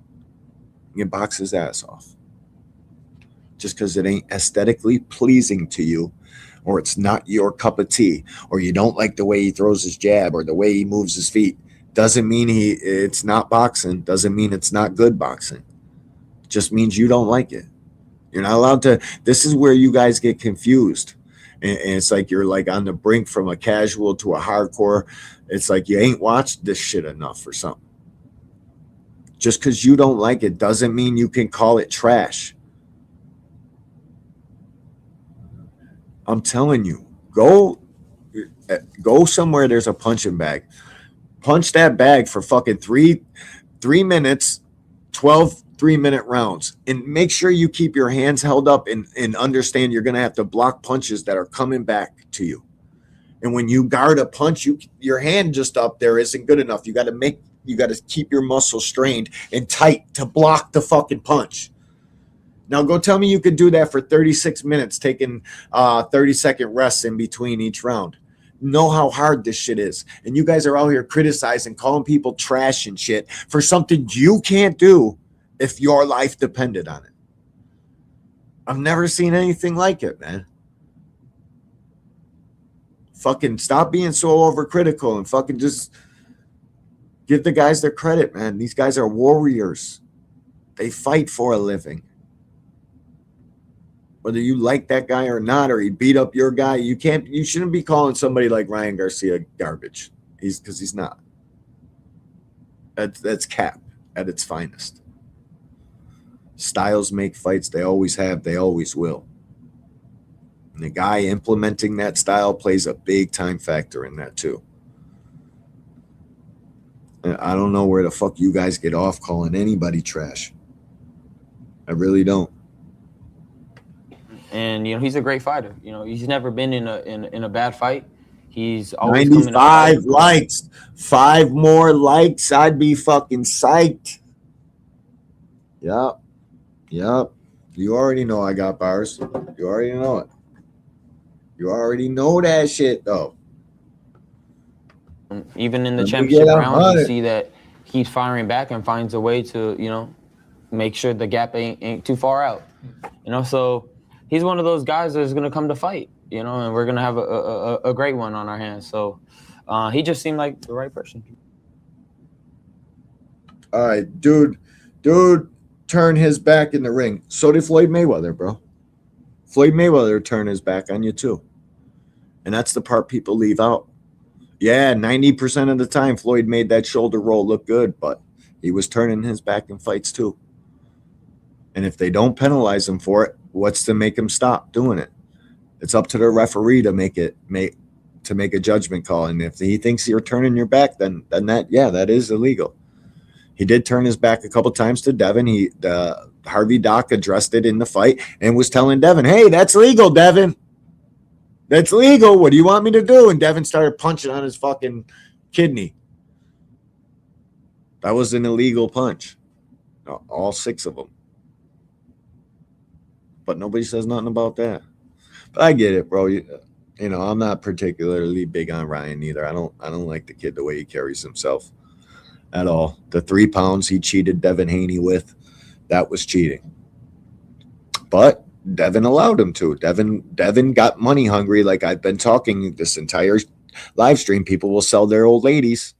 They'll sell their girlfriends if the price is right. That's what Ryan Garcia did. He knew Devin Haney would sell his girlfriend if the price was right. And his girlfriend in this case were 3 pounds. Let's bet, Ryan. 500,000 for every pound you're over. They settled on 60. I don't know who you can blame for that. I don't know. You know, I put some of the blame on Ryan, but most of the blame on Devin because he allowed his fucking money-hungry greediness to come in between what was fair and what was right. And he gladly took the money. Paid a serious price for that shit. But Devin doesn't care because he's not fucking calling either one of these guys out the winner. He's acting like this fight ain't even taking place. He went to the 40-pounders fight and went to be an announcer there, and little bro fucked that up for him too. Little Sean Haney, bitch ass. 16 years old, fucking out here acting like a gangster to grown men that are in fact gangster. But that's what you do when you bring a little sheltered fucking wannabe thug out with you that don't know what real street code is and street ethics and how a man acts. That's what happens. Then you got the other retard out there with his bald fucking head talking shit. That's a kid. Oh, a lot of that shit is self fucking. It's brought onto by themselves, bro. They do this shit to themselves, guys. And there ain't never no convincing nobody can do. You'll never convince me of anything else because that's my honest and true opinion about it. I think Devin Haney should have called the fucking fight off right then and there. You're 3 pounds overweight? Fuck out of here. We're not doing that. And then if you do ultimately decide to do that, how dare you not fucking put him in check and stop him from blowing up? Because he already got the 3 on you. I don't give a fuck what the internet's talking about. You're on a rehydration clause. You can't get over 12 pounds past this fucking weight. Or else the fight ain't happening. That's what I would have did, but, you know, revisionist history and all that. Is it Mario Barrios or is it the belt? Oh, it's definitely the belt, too. You know, Mario got to want to touch it. You know, they say it's bad luck, so I might not even touch it yet. But, you know, I'm coming to take that. And, you know, Mario's he's a champion. much bigger guy than he is, man. Mario's bigger than him considerably. I didn't know that neither. I thought they were like the same size. Ryan looked kind of small next to Barrios, but Barrios had some platforms on in that face-off press conference, whatever the fuck it was, whatever I'm referring to. He had some plats on. Looked like he was about to go put in some work at the fucking mill, you know, steel-toe platforms on. I probably would have been wearing the same thing too, because you got to try to get him some intimidation, you know. Barrios is a big dude, man. Both these guys got a rehydration clause from Tank, and to be honest with you, I understand it. Would I have rather if Tank fought him without a rehydration? 100%. Because then it stops you guys from ripping the credit away from Tank. Because to any version of Tank beats any version of Ryan, and y'all know that. You definitely know that. You'll cap, though. You'll lie. Be more dishonest like you guys are all the time. Especially the haters, the Tank haters. It's fucking brutal, man. Brutal. To defend it, and that's why we're here. You've seen Ryan against Devin Haney showing, as he said, one version of Ryan Garcia, different version against Rolly Romero. What did you think? My dog Shell says, Devin looking for a new career as a commentator because it's getting dangerous. The more he goes up, he doesn't want smoke with the 54 unless they can't punch. Him and Xander might be a real fucking thing, man. I think Xander will beat Devin. He's too big. It's actually finally a fight where Devin is the smaller man. They were trying to say Brian was the bigger guy, but you guys know, we got eyes. We all got eyeballs. We all got common sense. Facts of the matter are, Devin ain't never fight nobody bigger than him, and I would love to see it. I want to see it. Devin and Xander's not a bad fight to me, guys. And how can you be mad at Devin Haney for wanting to jump up to that level and grab them belts? That's, you know, That's what boxing is, man. He's got to try to go get legacy. And that's, if I was Bill Haney, I wouldn't even be thinking about nobody else. If Xander's really food, show me. Show me the same way you did with Brian Norman. I would definitely pick Xander in that fight, though. And it's not because I dislike Devin, because I don't dislike Devin. I don't. I think in the world of boxing, how he moves, he's fucking fighting guys, bro. That taking a guy off of 3 knockouts in a row, I can't stress this fact to you guys enough. That's a big deal, bro. People don't do that in boxing. They just don't. Because it's dangerous, bro. And you're an investment. But they seen the feet were slow, and, you know, we went through that earlier. But I can't wait for this one, guys. This is going to be a fight. Ryan's going to have to dig deep, and I don't know if he's got that. He didn't dig deep in the Rolly fight. He didn't dig deep in the Tank fight. He took a knee. The only fight we seen him look spectacular in, the Duarte fight, Duarte was starting to crack Ryan in that fight. If you guys didn't watch that Oscar-Ryan fight, Oscar Duarte was fucking this close to fucking cracking Ryan. Ryan was slowing down. He was fucking moving, using all that fake lateral movement. You guys don't remember that? And then he caught Duarte on the top of the head with a heavy shot. Duarte fighting Hitchens on this card. All you Hitchens fans out there, I'd be worried. I'd be worried. If I was an Africa Hitchens guy, I'd be seriously concerned about this next challenge he's got. Because I seen Lemos about to crack him. Lemos was fucking close, bro. He had Hitch on Queer Street, grabbing and fucking holding in the 12th round. Almost knocked him out. Then we seen Keyshawn fucking nuke his ass. Boobop banged him. Got him to fuck up out of dodge, or to fuck up out of the scope. And somehow Keyshawn's not the man right now today. After these last couple fights, he stopped Baranchek, stopped fucking Lemos, stopped fucking Ortiz. He fumbled the bag, bro. That was a serious critical misstep on Team Keyshawn-Davis. Blowing weight like that. Let's not forget about Boots has never fought anyone bigger than him. That's because there's too many bitch-made goofies out here lying and don't want to fight, bro. Your guy is one of them. Your guy was scared of Boots. Think of what you saw against Romero last May. I look into like the best version of, you know, that we have seen of him, and that's the version that I'm getting ready for. Ryan, you said you don't know which version of you is going to show up. Yeah, I mean, I know which version is going to show up this fight, you know. Shell in all things both thinks Barrios cooks Ryan. And them are two guys' opinions I definitely respect. If you guys think Barrios cooks Ryan, what if it's the fucking Ryan that showed up for the Tank fight? Ryan was in the best shape of his life, bro. Focused, determined Ryan, hard to deal with. I don't know if Barrios got the skills to fucking fight somebody off like him. I know Barrios got the lead hand. He's a very educated fighter. He'll fucking fight at times, uses the ring. He fucking got a great jab. Hard too.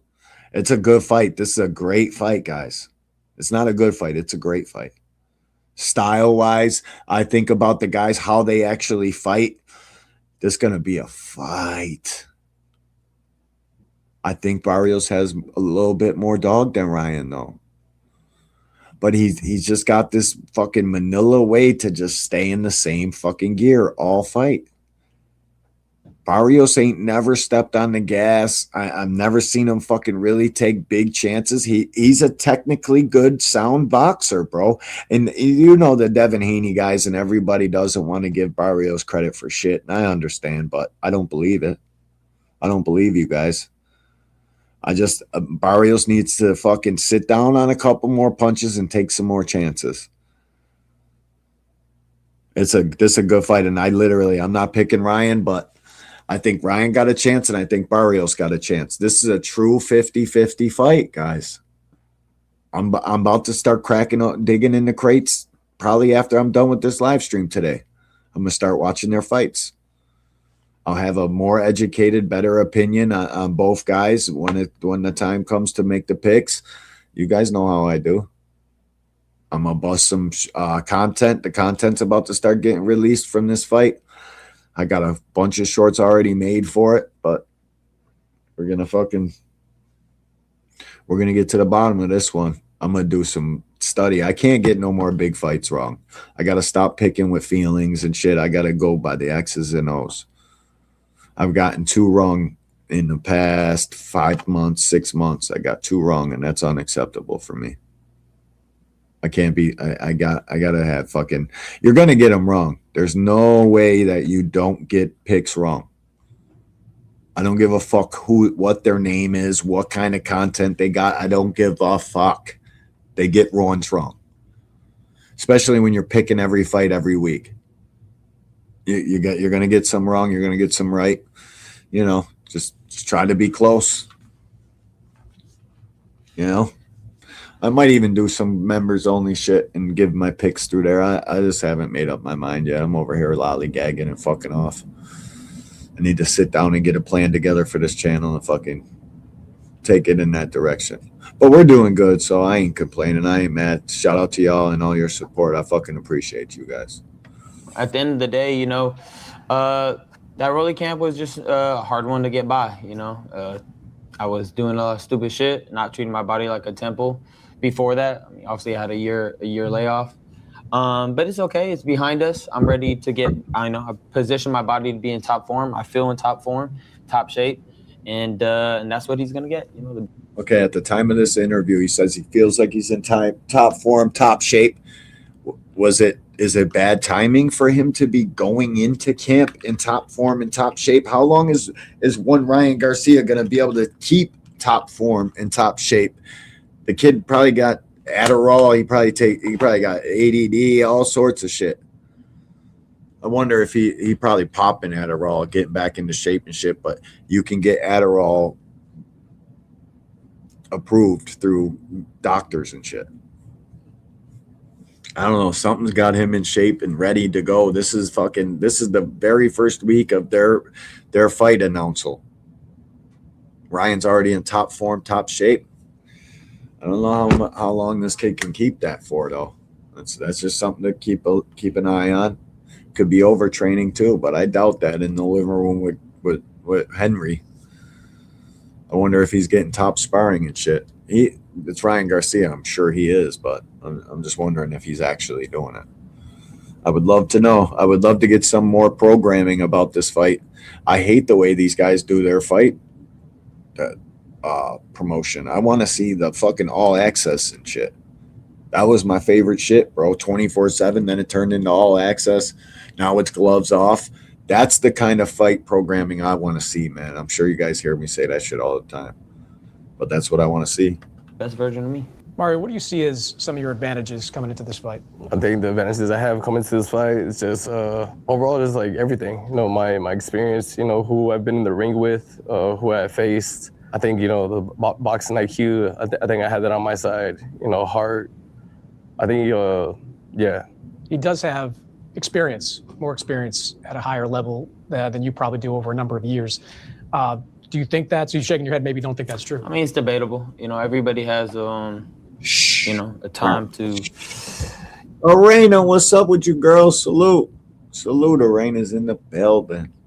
Appreciate you know, everybody say somebody's fighting 10 years. Not everybody develops the same and all that. So it's kind of like, you know, he could say he has a lot of experience, but, you know, Luke Campbell had a lot of experience. A lot of people have a lot of experience, but, you know, when you get in there, it's how on point you are that night. You know, your experience. Everybody in here, please double check. I'm trying to get to 100 likes. We got 96. Help me out, man. Please.